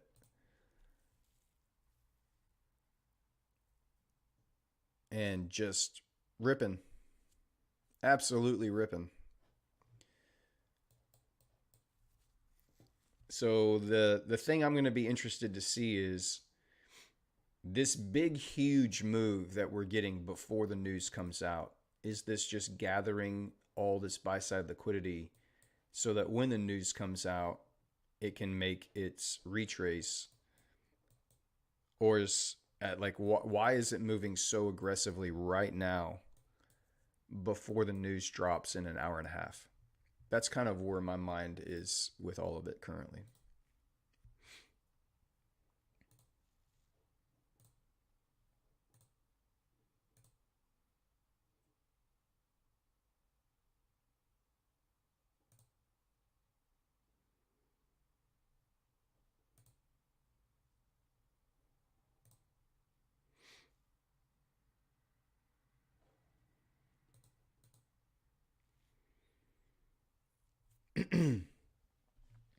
And this close to the news release now, since we haven't had anything get triggered, I definitely will probably be waiting until the news drops in 90 minutes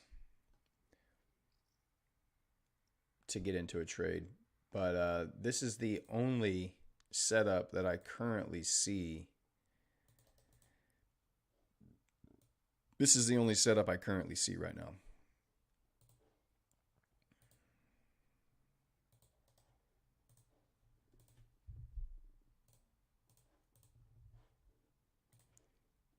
But I would not try to enter this trade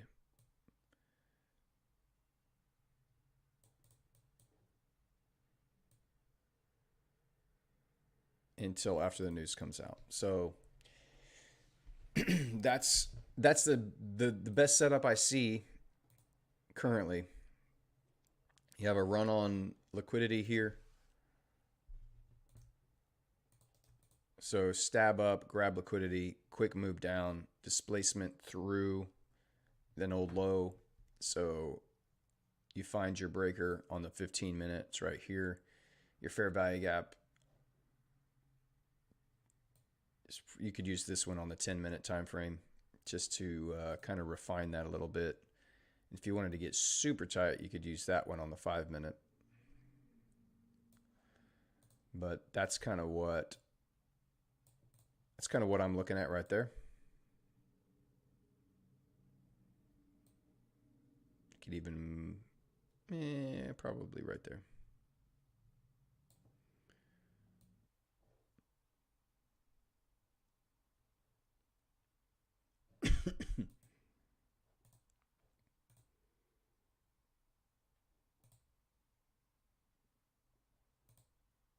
Yep. That's the only thing I see. And again, I'm not, because we're now within that hour and a half window before the news, I'm not going to try to take a trade on that. I'll need to wait until the news hits at 10 o'clock.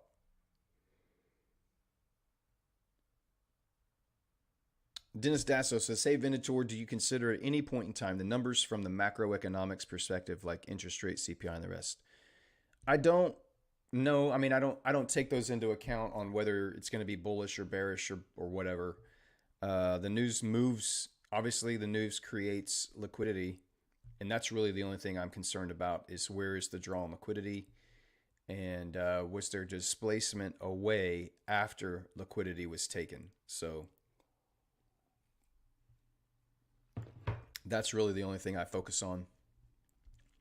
I'm only interested in them in the fact that I don't take a trade until after those numbers drop. But I don't really let that play into my analysis. I don't really consider fundamentals. The only thing that I really look at outside of the daily chart are the seasonal tendencies. So I will look and see seasonally, is the market, is the do the indexes typically are bullish or bearish in this fall season or in this month? What do they historically, typically, what is their nature? That's about as fundamental as I get, our seasonal tendencies there.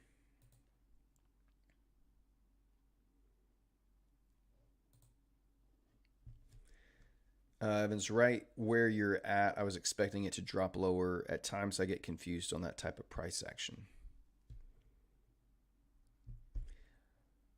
I mean, this 4-hour fair value gap right here, once it traded through this daily inversion, this daily inverted fair value gap, that's what this orange box is, or whatever color you call it. Once it's traded through there, closed above, it comes back, and then it rejects off of it. You can anticipate this now to turn into support. So it closed above it, it came back to it, rejected off of it, big bullish candle away. You would anticipate then this 4-hour fair value gap being the draw on liquidity and the order block. This is the 50% of that order block. So once you traded through this inverted fair value gap, once it closed above it, you would anticipate when it comes back to it to hold it up. And that's exactly what happened. Seasonal tendency for the S&P. Good question. We can S&P 500 seasonality.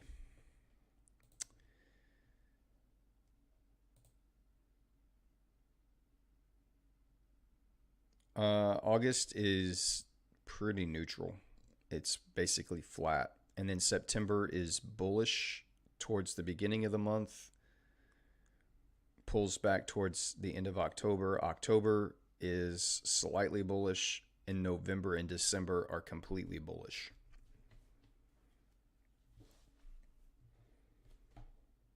Let me see if there's another...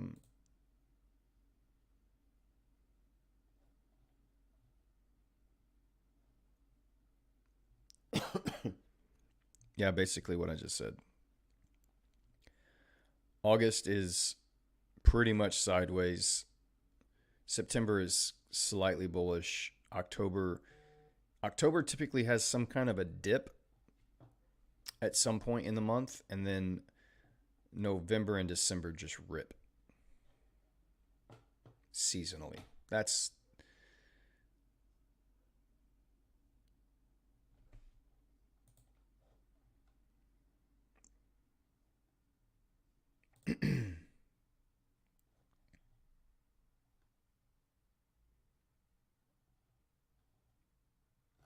yeah. So there you go. August is just typically not a super great month to trade. It's usually choppy.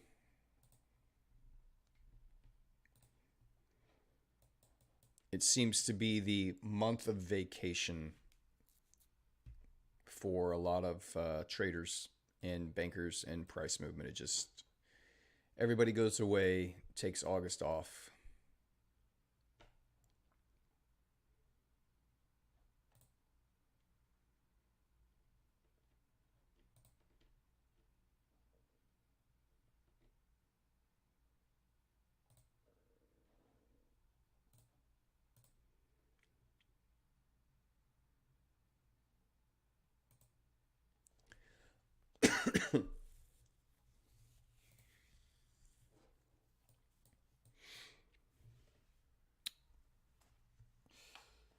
Oh man, only 20 viewers. That's about as low as we've been in a while. It's like the old days.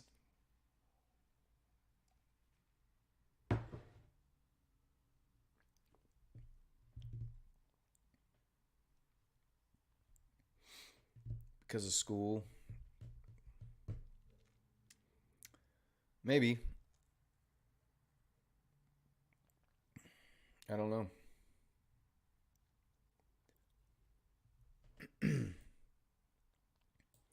All I know is that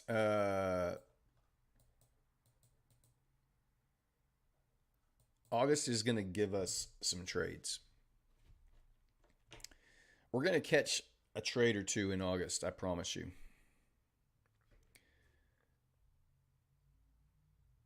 18 likes.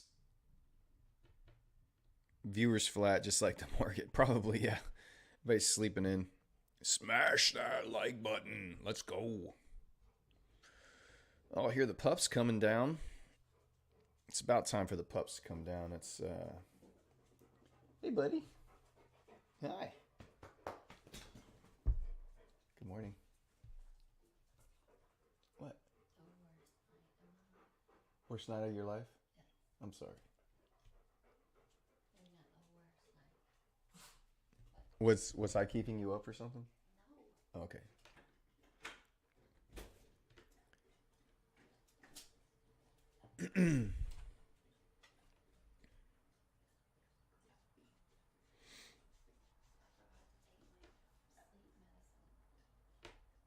Sorry. What time do you have to leave?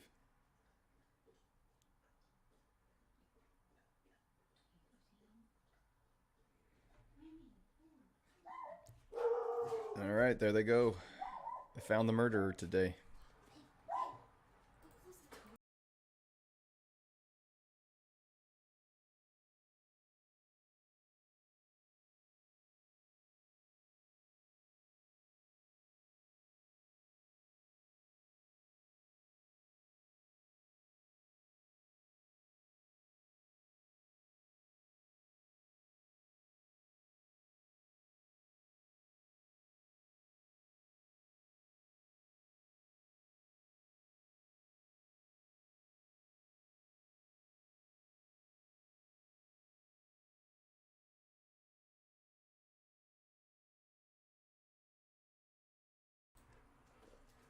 The dogs went nuts. Sorry, had to mute the mic. They were chasing away the all the boogeymen and murderers. Oh wait, let me see. Come here. Oh, ouch. Oh, oh, okay, okay. Here's a little turd. Say hi, Kirby. Yeah, that's the guy. That's the old man, and he has. Let me see. Can I? No teeth. He has his canines. That's all he has left. All right, buddy. Yeah, see, you hear him? He's dying. Wow. Go to the light, buddy. Cross the rainbow bridge. You can do it. I only take vacation when I'm at the top of the tree. Yeah, it makes vacation a lot easier. School's out in the UK. Oh yeah, I forgot. School they do year-round school, I think, in the UK. So school's out here. I think school locally here goes back like around August 20th, sometime 21st, I think, is the first day in for like, you know, elementary, junior high, and then high school starts later that week or something. So a couple more weeks of summer vacation for all the kiddos around here. Freddie and Jason, yeah, they think they're out there every single day. They wake up and they go out and they see literal axe murderers and they feel like we're all about to die. That's how they wake up every day, is who's going to try to kill us today. We should go scare them off.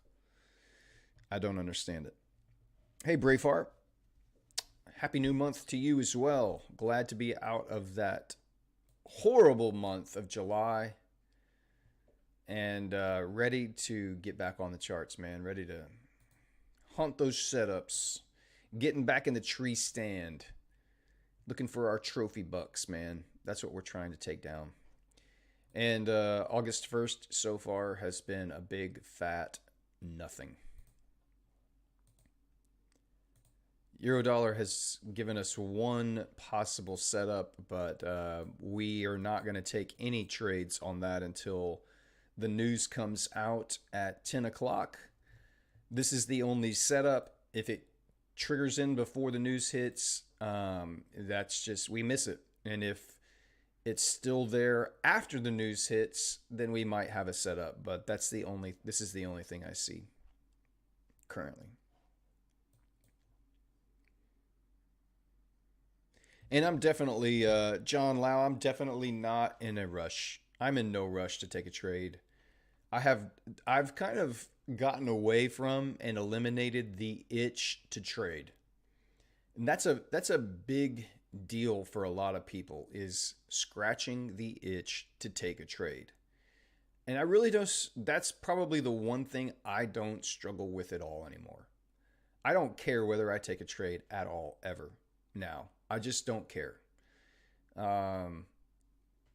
I know, and I think a lot of that is just because now I have the data over my last 100 live trades in the market, and I kind of just, it just is what it is. And I know that the probabilities are in my favor, and if I just stay patient and wait, I'm going to have weeks where I get 4 or 5 setups in 1 week, and I'll win 2 or 3 of those at least.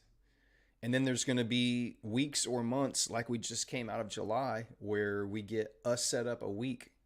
We didn't get 1 trade last week, not 1. We had 2 get swerved.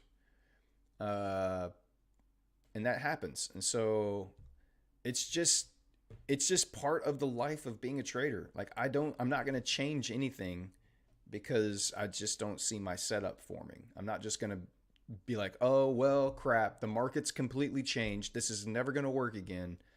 No, it's just seasonal. It's fine. We're in no rush.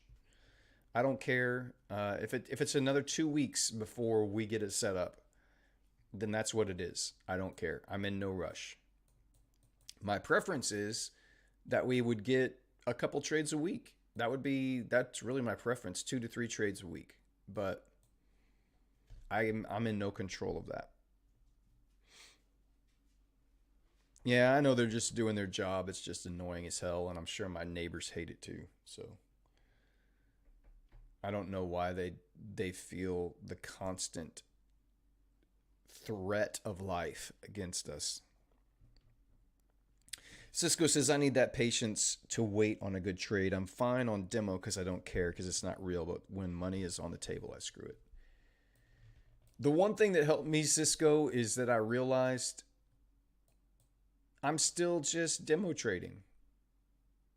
This is all just demo. Yes, I paid for a demo account. I paid for that account. Absolutely, I did. So I understand why you say there's money on the line, but I mean, it's like paying to play a video game.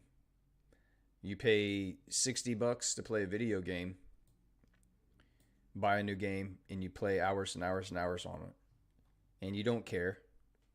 You're entertained, you're doing something you like, whatever. And so I kind of look at it like that is just what it is. Like, I paid to take this demo challenge. This is still a demo account.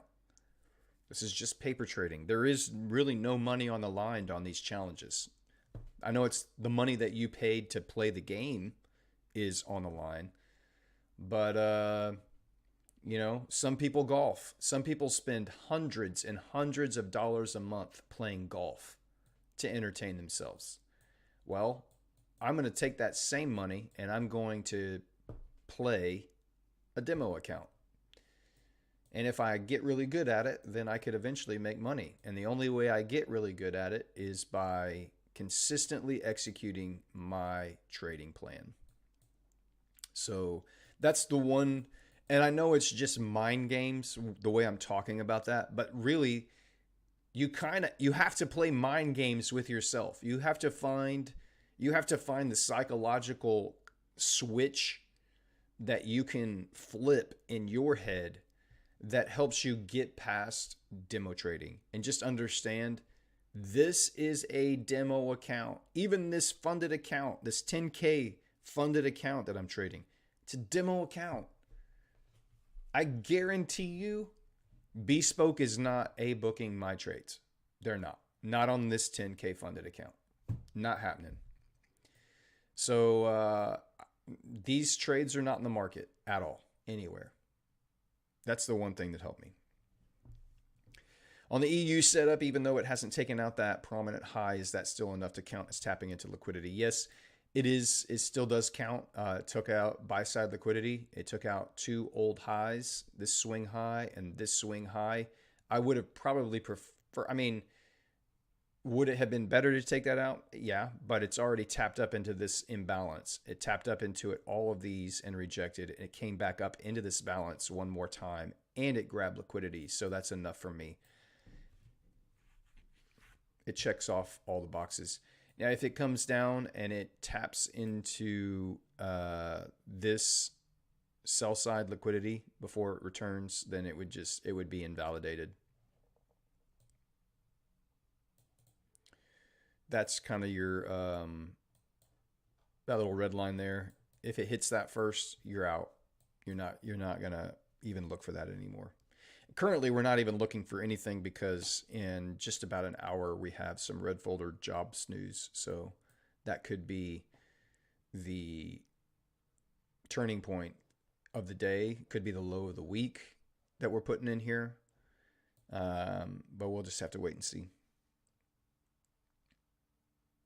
Trading Night says for some people, they are in rush because they're talking about their age. Personally, currently 37, no rush. I'll succeed when I will. Yeah, I'm 48.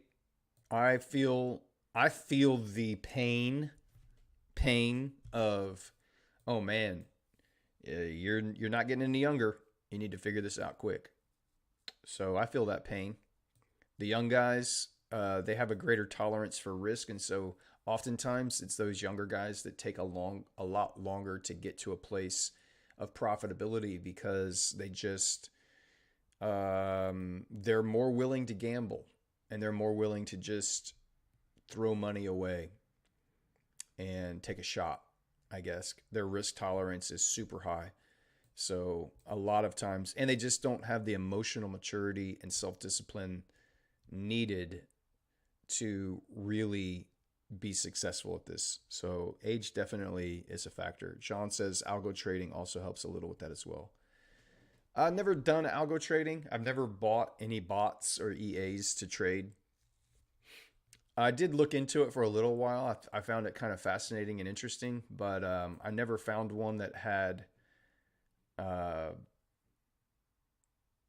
a small enough drawdown buffer to use on challenges. Most bots I've seen have like a 15 to 20% drawdown minimum based on historical data and forward testing as well. I haven't seen any bot that has like under 15% drawdown as a minimum. Most are more than that. Alpha says every funded account's a demo account technically. Yep, you're exactly right. Braveheart, being able to develop this level of discipline Venator have is why we are here. Yeah, also why I'm here. I feel like it helps me focus more and remind myself patience is the key. Patience is the key. If you have the technical analysis, then patience is the key. Don't just chase price. You're not missing anything. Wait for your strategy. Wait for your setup to develop. You have to wait.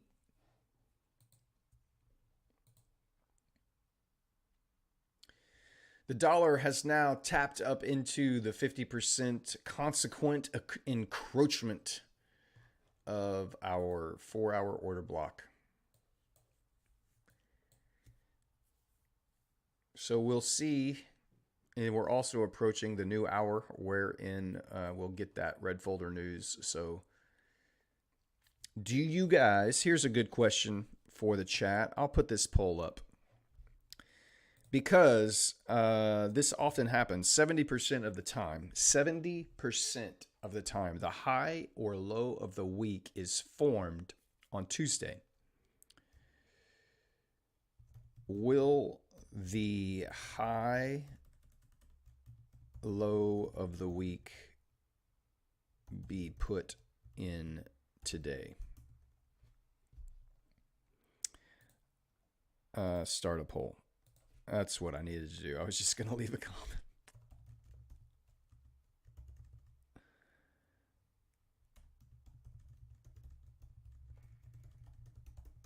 There's no right or wrong answer on this. Let's see what the chat says. Is this the high or the low of the week today? On any pair, euro dollar, pound dollar, it would be the low of the week. On dollar, it would be the high of the week. Aussie, low of the week. So is today, dollar CAD, is today the low or the high of the week being put in? 70% of the time, Tuesday gives us the low or high of the week 70% of the time. So it's going to be real interesting to see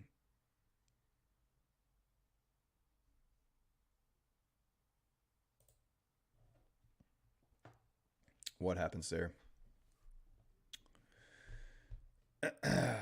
John says I code my own. Metro, yeah, we wanted to build our own. If we could, we did look into that, didn't we? We were like, man, if we could build our own Venator algo, I'm not sure how consistent it would be, how profitable it would be. I mean, I'm sure there's a way to code what we're doing. I just don't know what it is. I don't know how to do that.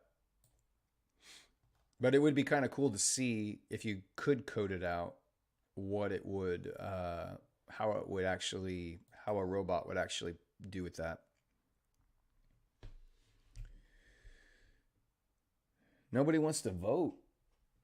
There's no right or wrong answer. It's just a complete guess.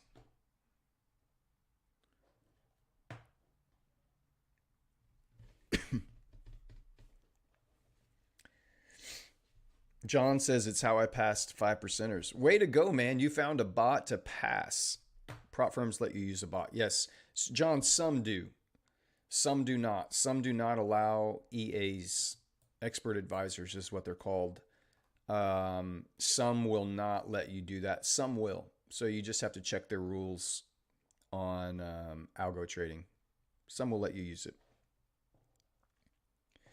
You should build your own. They're useful, but require deep understanding since everything needs to be defined. Yeah, I just don't have that understanding or knowledge of how to code.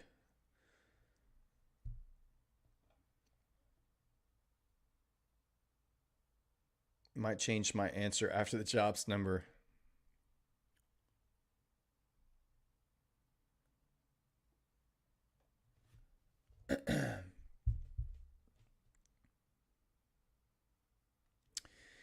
Eight people decided they want to participate in the poll. That's good. 9. So far, it's yeah, the low of the week could be in here. I'm sure someone with skill could code your strategy. They probably could. Alpha Bridge 70%. That's interesting. Yes, the statistics and the numbers show you that Tuesday, the large majority of the time, Tuesday is the lower high of the week. And I want to say like it's 75 or 80% of the time. If it's not Tuesday, it's Wednesday. So it's one of those typically.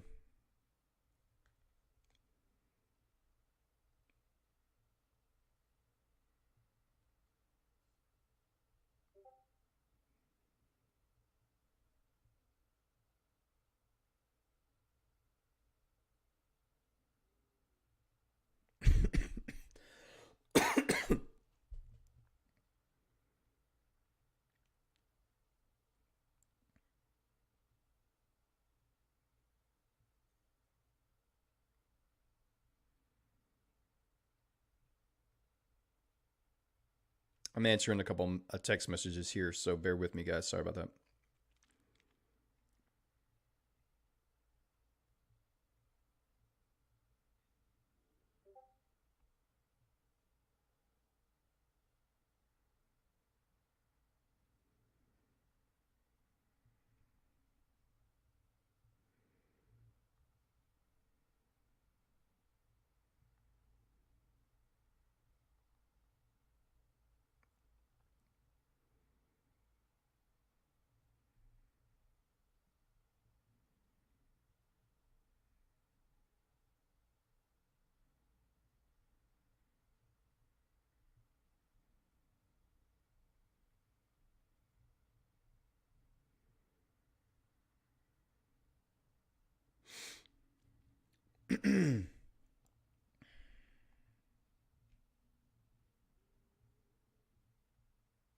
All right, there we go.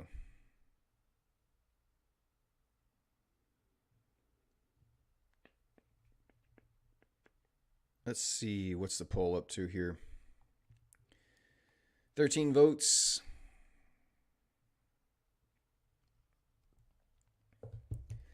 It looks like everybody thinks this is going to be the low of the week today.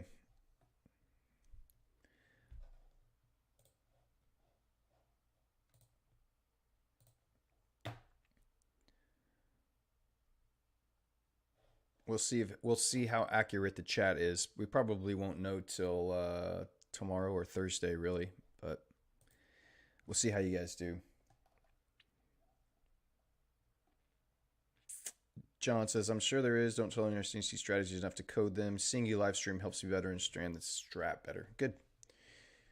I avoid the ones that don't let me use my EAs since my discretionary trading isn't the best.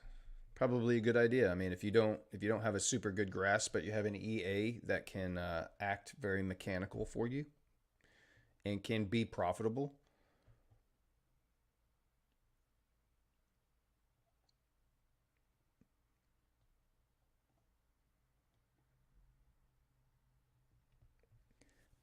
Those stats are available on several different websites. ICT put them out a while back. But then there's other guys that also collect the data. But I'm sure. Let me see if I can Google something here real quick. We're into the 9 o'clock hour now, so I'm going to stay on for probably about another 30 minutes, and then we'll call it a stream here. But we got a little time to hang out.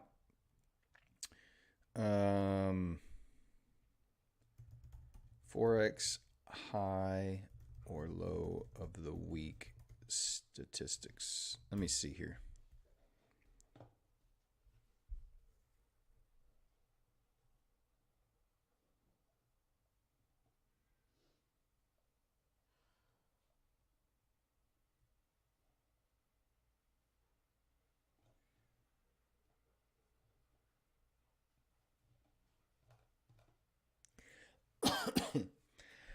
I gotta find them. I don't know where they are off the top of my head, but I know I've seen them. I have seen those statistics before, but I don't remember where they were. Have fun. I know. Just let me know when you're on your way back. I love you.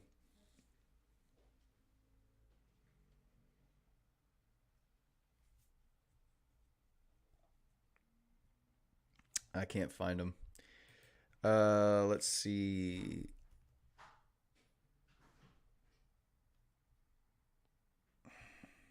I don't even know how to Google that again. I'll dig around. I'll find that information for you, but I know that it exists. I have seen it with my own eyes. If day equals Tuesday, low is close or go long, else high is close or go short. I mean, it could be something like that.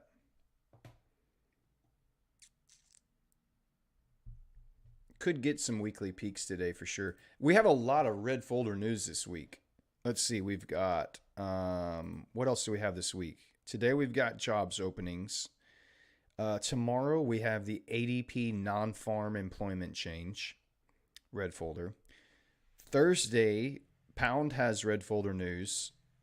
The bank rate and the monetary policy and all that's coming out. And then you have unemployment claims and ISM services Thursday. And then, of course, Friday, you have the unemployment rate and the employment change. You have non-farm employment NFP. So we have a lot of red folder news stuff going on this week. So the first week of the month is typically a heavy news week. That's very normal. And it just means you have to remain cautious and don't put yourself in a position where news jumps your stop loss and wrecks your accounts.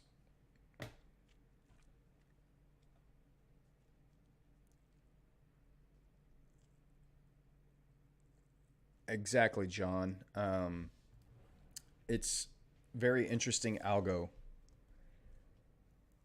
to think about, just taking the high or low of the Tuesday, you know, the close, find out where the low is, find a PD array, like a fair value gap or an order block that's above that. Like let's say today was the low of the week, right?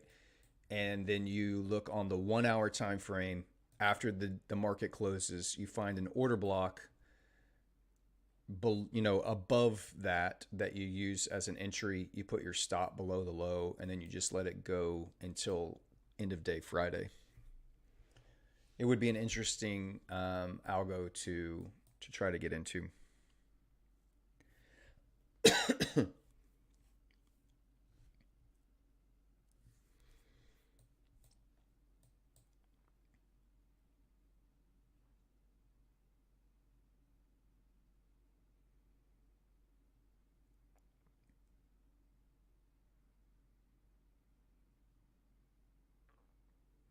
Getting a little bit of pullback here on euro dollar. You can see the DXY almost to the freaking pip.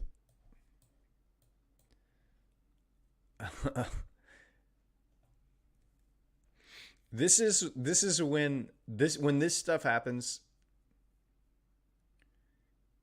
It's it, I don't know how, like, when I okay, let me get my thoughts right. So ICT talks about that there's an algorithm that moves price. Like, this is not buying and selling pressure. This is not traders pushing the market up or down. An algorithm moves price. When you see it react to the pip off of very specific levels, it's pretty amazing. And it's kind of hard to not agree that, yeah, that was an algorithm. That was an algorithm. Like, this was not just random. There was a reason it stopped right there at 50% of that order block. I'm still not 100% completely sold that there is an algorithm being coded and manipulated to move price the way it does. I'm still not completely sold on it. But the more I see stuff respond like that, it's pretty amazing.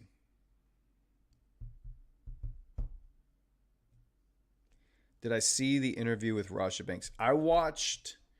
I did not finish it. I watched like the first hour or so of the Rasha Banks interview that was just released yesterday or 2 days ago. Words of Wisdom podcast. And I still pretty much feel the same way about the guy.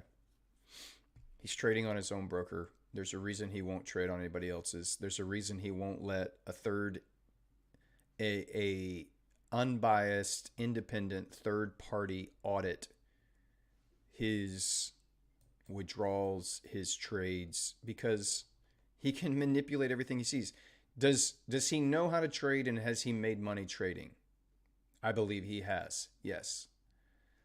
But he even said in that interview, "Look, this is just a persona. This is a marketing. I'm a marketing machine. I'm trying to get my product in front of as many people as possible." So he very clearly knows what his shtick is. He knows how to draw a crowd. He knows how to be controversial. He knows how to promote the lifestyle. He even said on the podcast, "I am a lifestyle marketer. That's what I'm doing. I am using my lifestyle to market and get more people to use my product, to buy magic keys, to use my broker, et cetera, et cetera." So, he trashed prop firms um, pretty heavily, and basically said anybody who disagrees with him is just poor and unsuccessful, and that's why they just trash him, is because they're poor and unsuccessful. So, not the greatest logical arguments to defend yourself with. And then he feigned being upset and trying to walk off the set because he kept questioning him. It did not feel super authentic to me. It felt a little staged, in my opinion. Uh, like they had kind of discussed somewhat uh, how it should all go down. He did kind of open up and take his mask off a little bit, and you saw that he's just a guy. He's just a social media influencer, and he let you kind of in behind the scenes, like, yeah, this is just a persona. No, I don't hate you, and I know that part of my business is trashing smart money concepts, and that creates a lot of engagement for me, and that's why I do it. So, I mean, to be expected. It's kind of what I thought, that he's just a really good marketer. He is a great marketer. He has a good business mindset, and he uses the tools available to him to draw a crowd. So there are people that have tracked all of his live stream trades, and he's not a great trader when he's on the live stream. He's not good at all.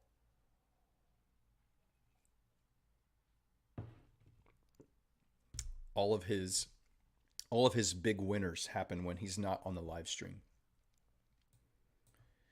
And part of his answer to that was, "Well, why do you lose on the live stream?" And he's like, "Well, I can't make the market do what I want it to do just because I'm on the live stream.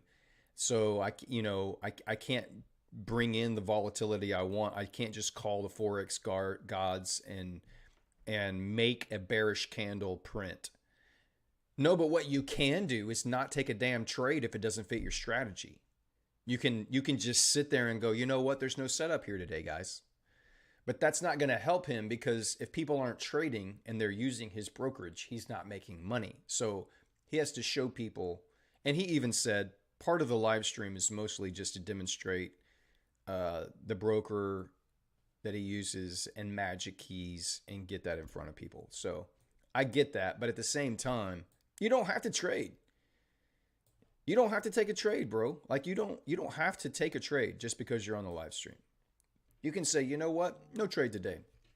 This is what discipline looks like." So, great marketer. I don't think he's everything he's cracked up to be. He's a great businessman, obviously, knows how to make money, and a great social media influencer, knows how to build a following. So, way to go, Raja. He's killing it on that. So, on the trading side, I think there's a little bit left to be desired there.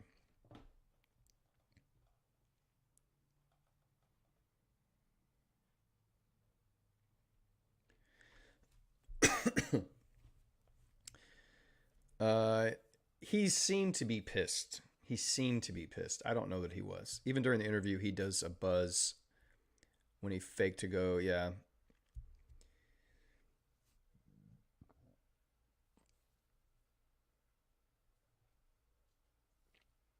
He needs a lesson from Venator. Don't trade if the setup isn't there. Yeah, he could probably benefit from that quite a bit. Dollar making a nice little pullback here into and off of that order block, 50% of that order block. We're coming into the 9:30 open. We'll stay on till about then, and then I gotta get off and do some other stuff today. So crazy off that and 50% encroachment right off of this 4-hour order block up here. Beautiful price delivery. Pulling back inside this fair value gap. It has another hour and 45 minutes. If it closes back inside this fair value gap, you could expect price to retrace and maybe come back down into this inverted fair value gap here. But that's just beautiful price delivery right there. Absolutely beautiful. Very aggressive move up on the dollar. We'll see how price responds in this area, and then we have news in 45 minutes. We'll see what kind of delivery we get. Euro dollar has reached back up into that daily or this breaker and this fair value gap. And again, this is why I told you I'm not going to, if it came up and triggered in before the news hit, we wouldn't take it. So this is definitely not a setup. I hope you're not in this trade, anyone, because that does not fit the trading rules with this close to the news. So you should not be in this trade.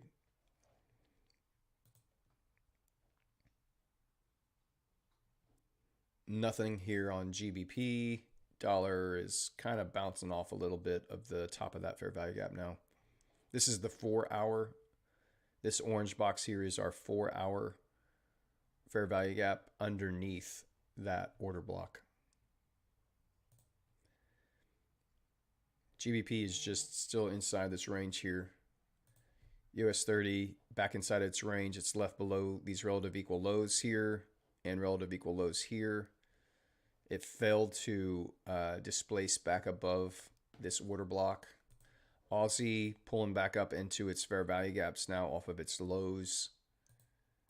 Trying to see here, Aussie still has some liquidity below here that it could reach for.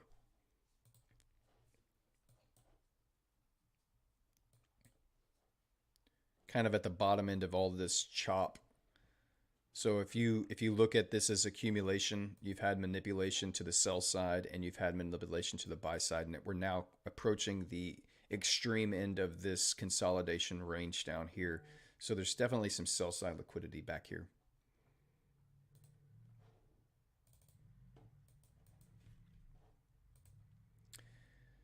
S&P pulling up off of its lows. It's grabbing some sell side liquidity. If you get a pump up potentially on the news, you might be able to find a breaker entry there. NAS as well, it's grabbed sell side liquidity here, so if you can get a pump up, you would have to close back above these levels here pretty aggressively. EJ is pumping up pretty hard. It never came back into this breaker here. It grabbed this sell side, displaced up. It never came back down into this breaker here, into this fair value gap. It's just running pretty hard now.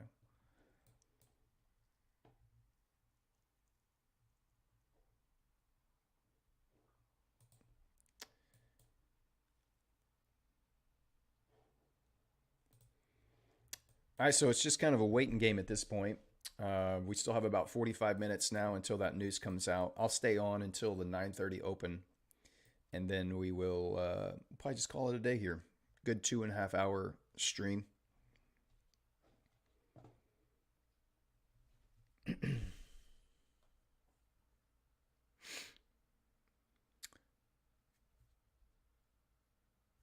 Reverse his trades from the live stream. Not a bad trade strategy. Just get on, and if he takes a trade, go in the opposite direction. Not a bad idea. He trades gold mostly. John doesn't seem like the kind of guy I'd hang with. Yeah, he's not. He's definitely not someone that I would probably choose to be in my circle of friends. It's not that I don't. I mean, yeah, I don't know him personally, so all we have to go on is what he shows the world, right? So this is who he says he is. You kind of take him at his word, and so that's all we have to go on. But I'm not gonna try to judge him personally. But yeah, based on what I know of him online, I'm not sure I would want to. He would be a good hang offline. He has started multiple businesses that have been very successful. I will say that. So props to him on that.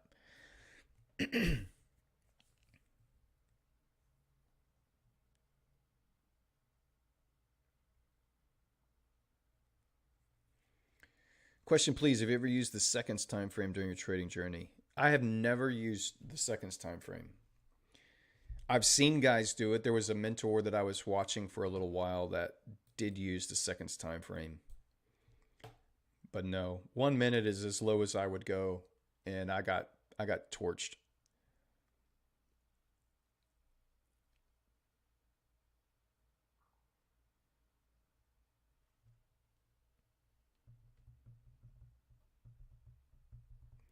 Yeah, the ICT weekly profile would help you understand more about the high and low of the week, where they typically form, and how to catch that weekly expansion.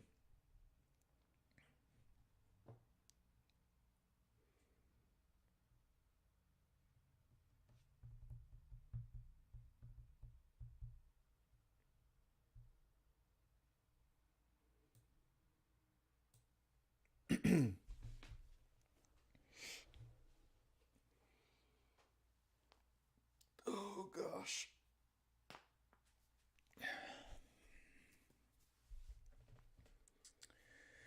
All right, about 8 more minutes here.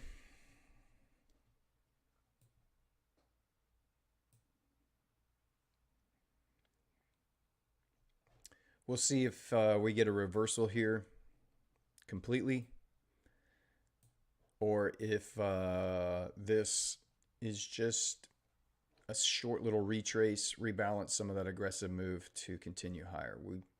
We'll find out here in about 30 minutes for sure.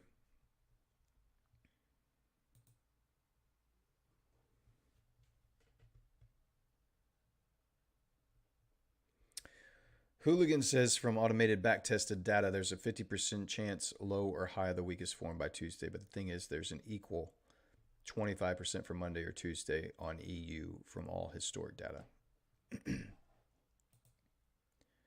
Yeah, we were trying to find some of that statistics. I've seen those numbers before. I think it's higher than 50% for Tuesday.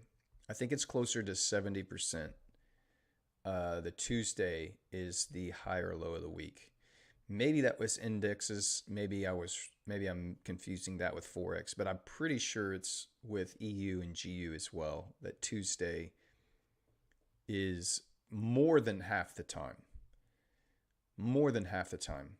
High or low of the week is Tuesday. So, and there's really no way to. I mean, other than just every Tuesday, if you're bearish or whatever your bias is, if Tuesday wherever it is, you just go the opposite direction at the close. Like, you, as soon as Tuesday closes, you get in, you take a market order, put your stop above that high or low, and then just let it go the rest of the week. It'd be interesting to see a back test on that. What kind of RR you could, not taking like 1 to 2, just letting it run from Tuesday's close until, let's say, the Friday close it out on the Friday close. It would be interesting to see what kind of return you could get off of a strategy like that.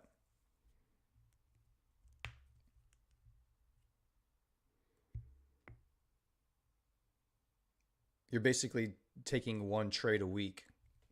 I mean, you're either going to be right or wrong, and you're going to take one trade a week every week. So you would get 52 trades a year, It'd be interesting to see how well that played out. And you're just basically saying, I don't care if the high or low is on Wednesday or Thursday. I'm playing the probabilities that over the course of this year, Tuesday is going to be the high of the week the majority of the time. I'm going to risk 1%, and then I'm just going to let it go. I'll as soon as Tuesday closes, I'm going to take a order in the opposite direction and be done with it.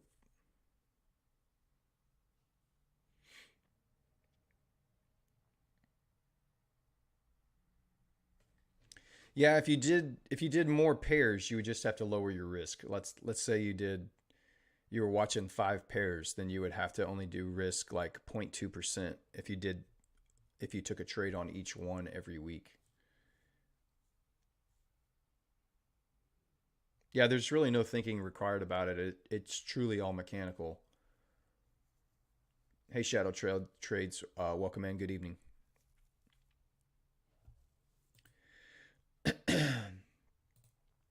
What an incredible reaction off of that 50% order block. That is just crazy. Crazy execution right there.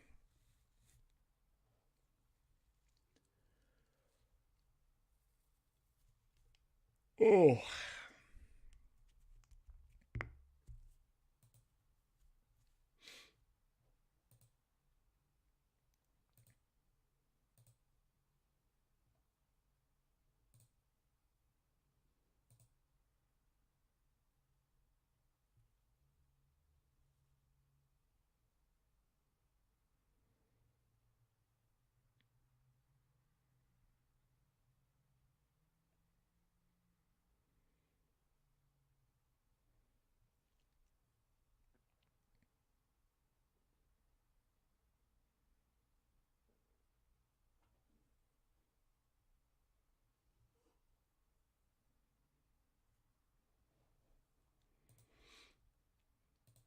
This is the only other potential setup that I see.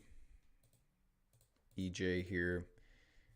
This up close candle ran liquidity, so we took out this swing low, this swing low, this swing low, this swing low, and then it's just moved up.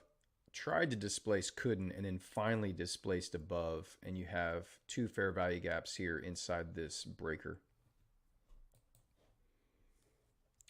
As a potential, and you are in an uptrend on EJ.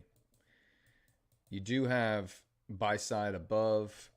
You have clear sell side, equal lows below. You have this 4-hour fair value gap below.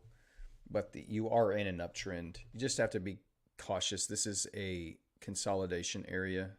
We're just accumulating. We're not trending right now on the 15-minute. We're just consolidating. So the top of the range, it could want to move back down into here, but a little interesting setup there. Again, I'm not calling that. I'm not trading EJ on this strategy, but I do like to still identify all of the different setups that I see, and then I use them as data points.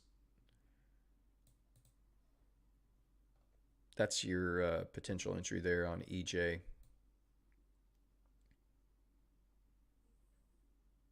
So about a 17 pip stop or so. 16, 17 pip stop.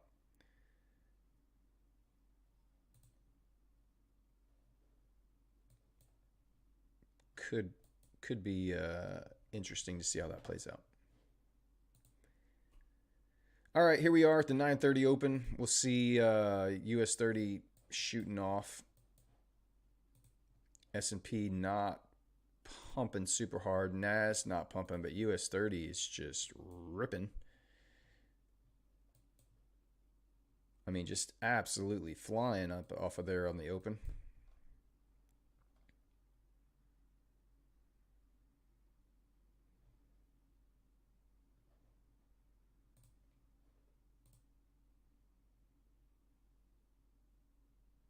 Dollar continuing to come back off of that big liquidity grab here.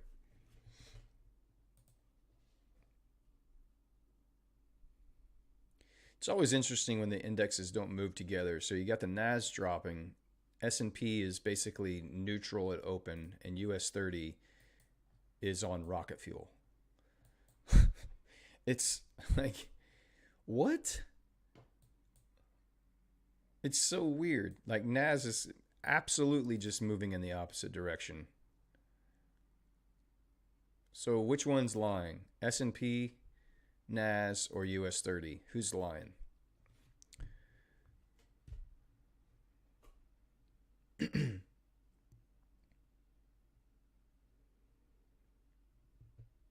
7 a.m. opening for Forex markets and 9:30 opening for indices. Yes, that's correct.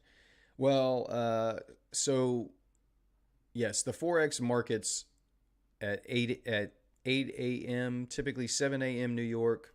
That I mean they're open all the time, but the market starts moving for Forex around 7 a.m. New York. 8 a.m. is probably when it really picks up, and then you have all the news that comes in at 8:30. So sometime between 7 a.m. and 10:30 to 11 a.m. New York time, that's your 4-hour window for Forex. The indices, you have a futures open at 8:30, and then 8:30, but the New York Stock Exchange opens at 9:30, and that's where all of the big volatility comes in for New York on the indexes. I don't know. He did say former central banker. So I saw that tweet he put out the other day. I don't know what he meant by that. He's always so cryptic. He never just tells you straight up anything. He just he talks in parables and ambiguities and tries to get you to figure it out a lot of the times. S&P now trying to climb up with the US 30. Nas is still just reaching for the lows, and US 30 is just has grabbed a buy side liquidity here pretty aggressively.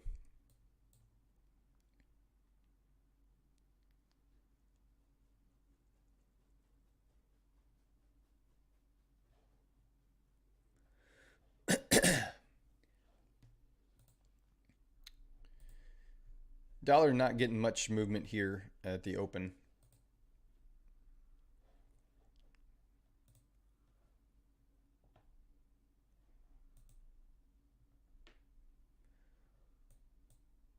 Dollar CAD displacing back down off of its highs. So grab of liquidity here. Grab of buy side liquidity here. We'll see how it reacts around this order block on dollar CAD. S&P has not taken out all of these highs, and US 30 has taken out all of those highs. So we definitely are getting some SMT here between US 30 taking out a ton of buy side liquidity, S&P not taking out that buy side liquidity, and Nas definitely not taking out that buy side liquidity. So somebody's lying. Somebody is lying.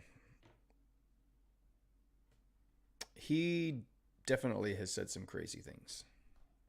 But I mean, also he's ICT, so he does whatever he wants.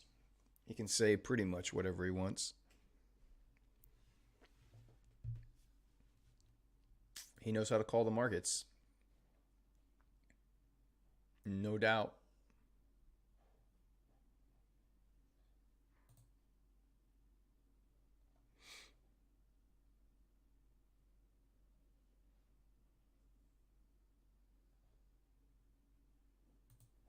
Nas trying to pull back up off those lows now. Nas took out these lows. S&P did not take out that low there. So see this low here. Nas reached down and grabbed it. S&P did not reach down and grab it. And US 30 did not reach down and grab it. So my guess is Naz is lying based on what we're seeing here right now.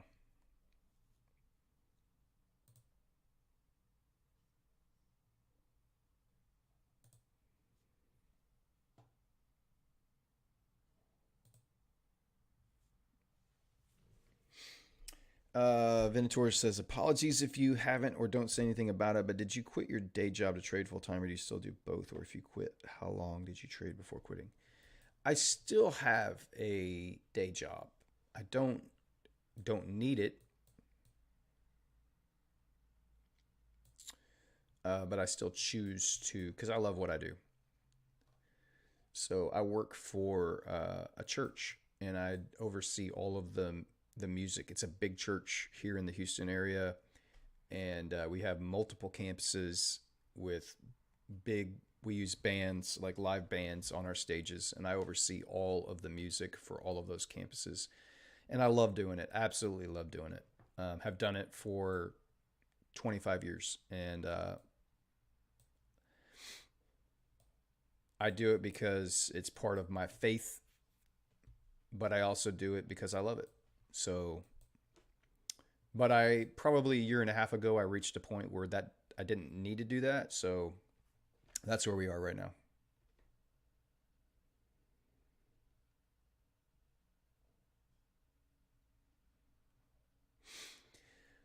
All right, guys.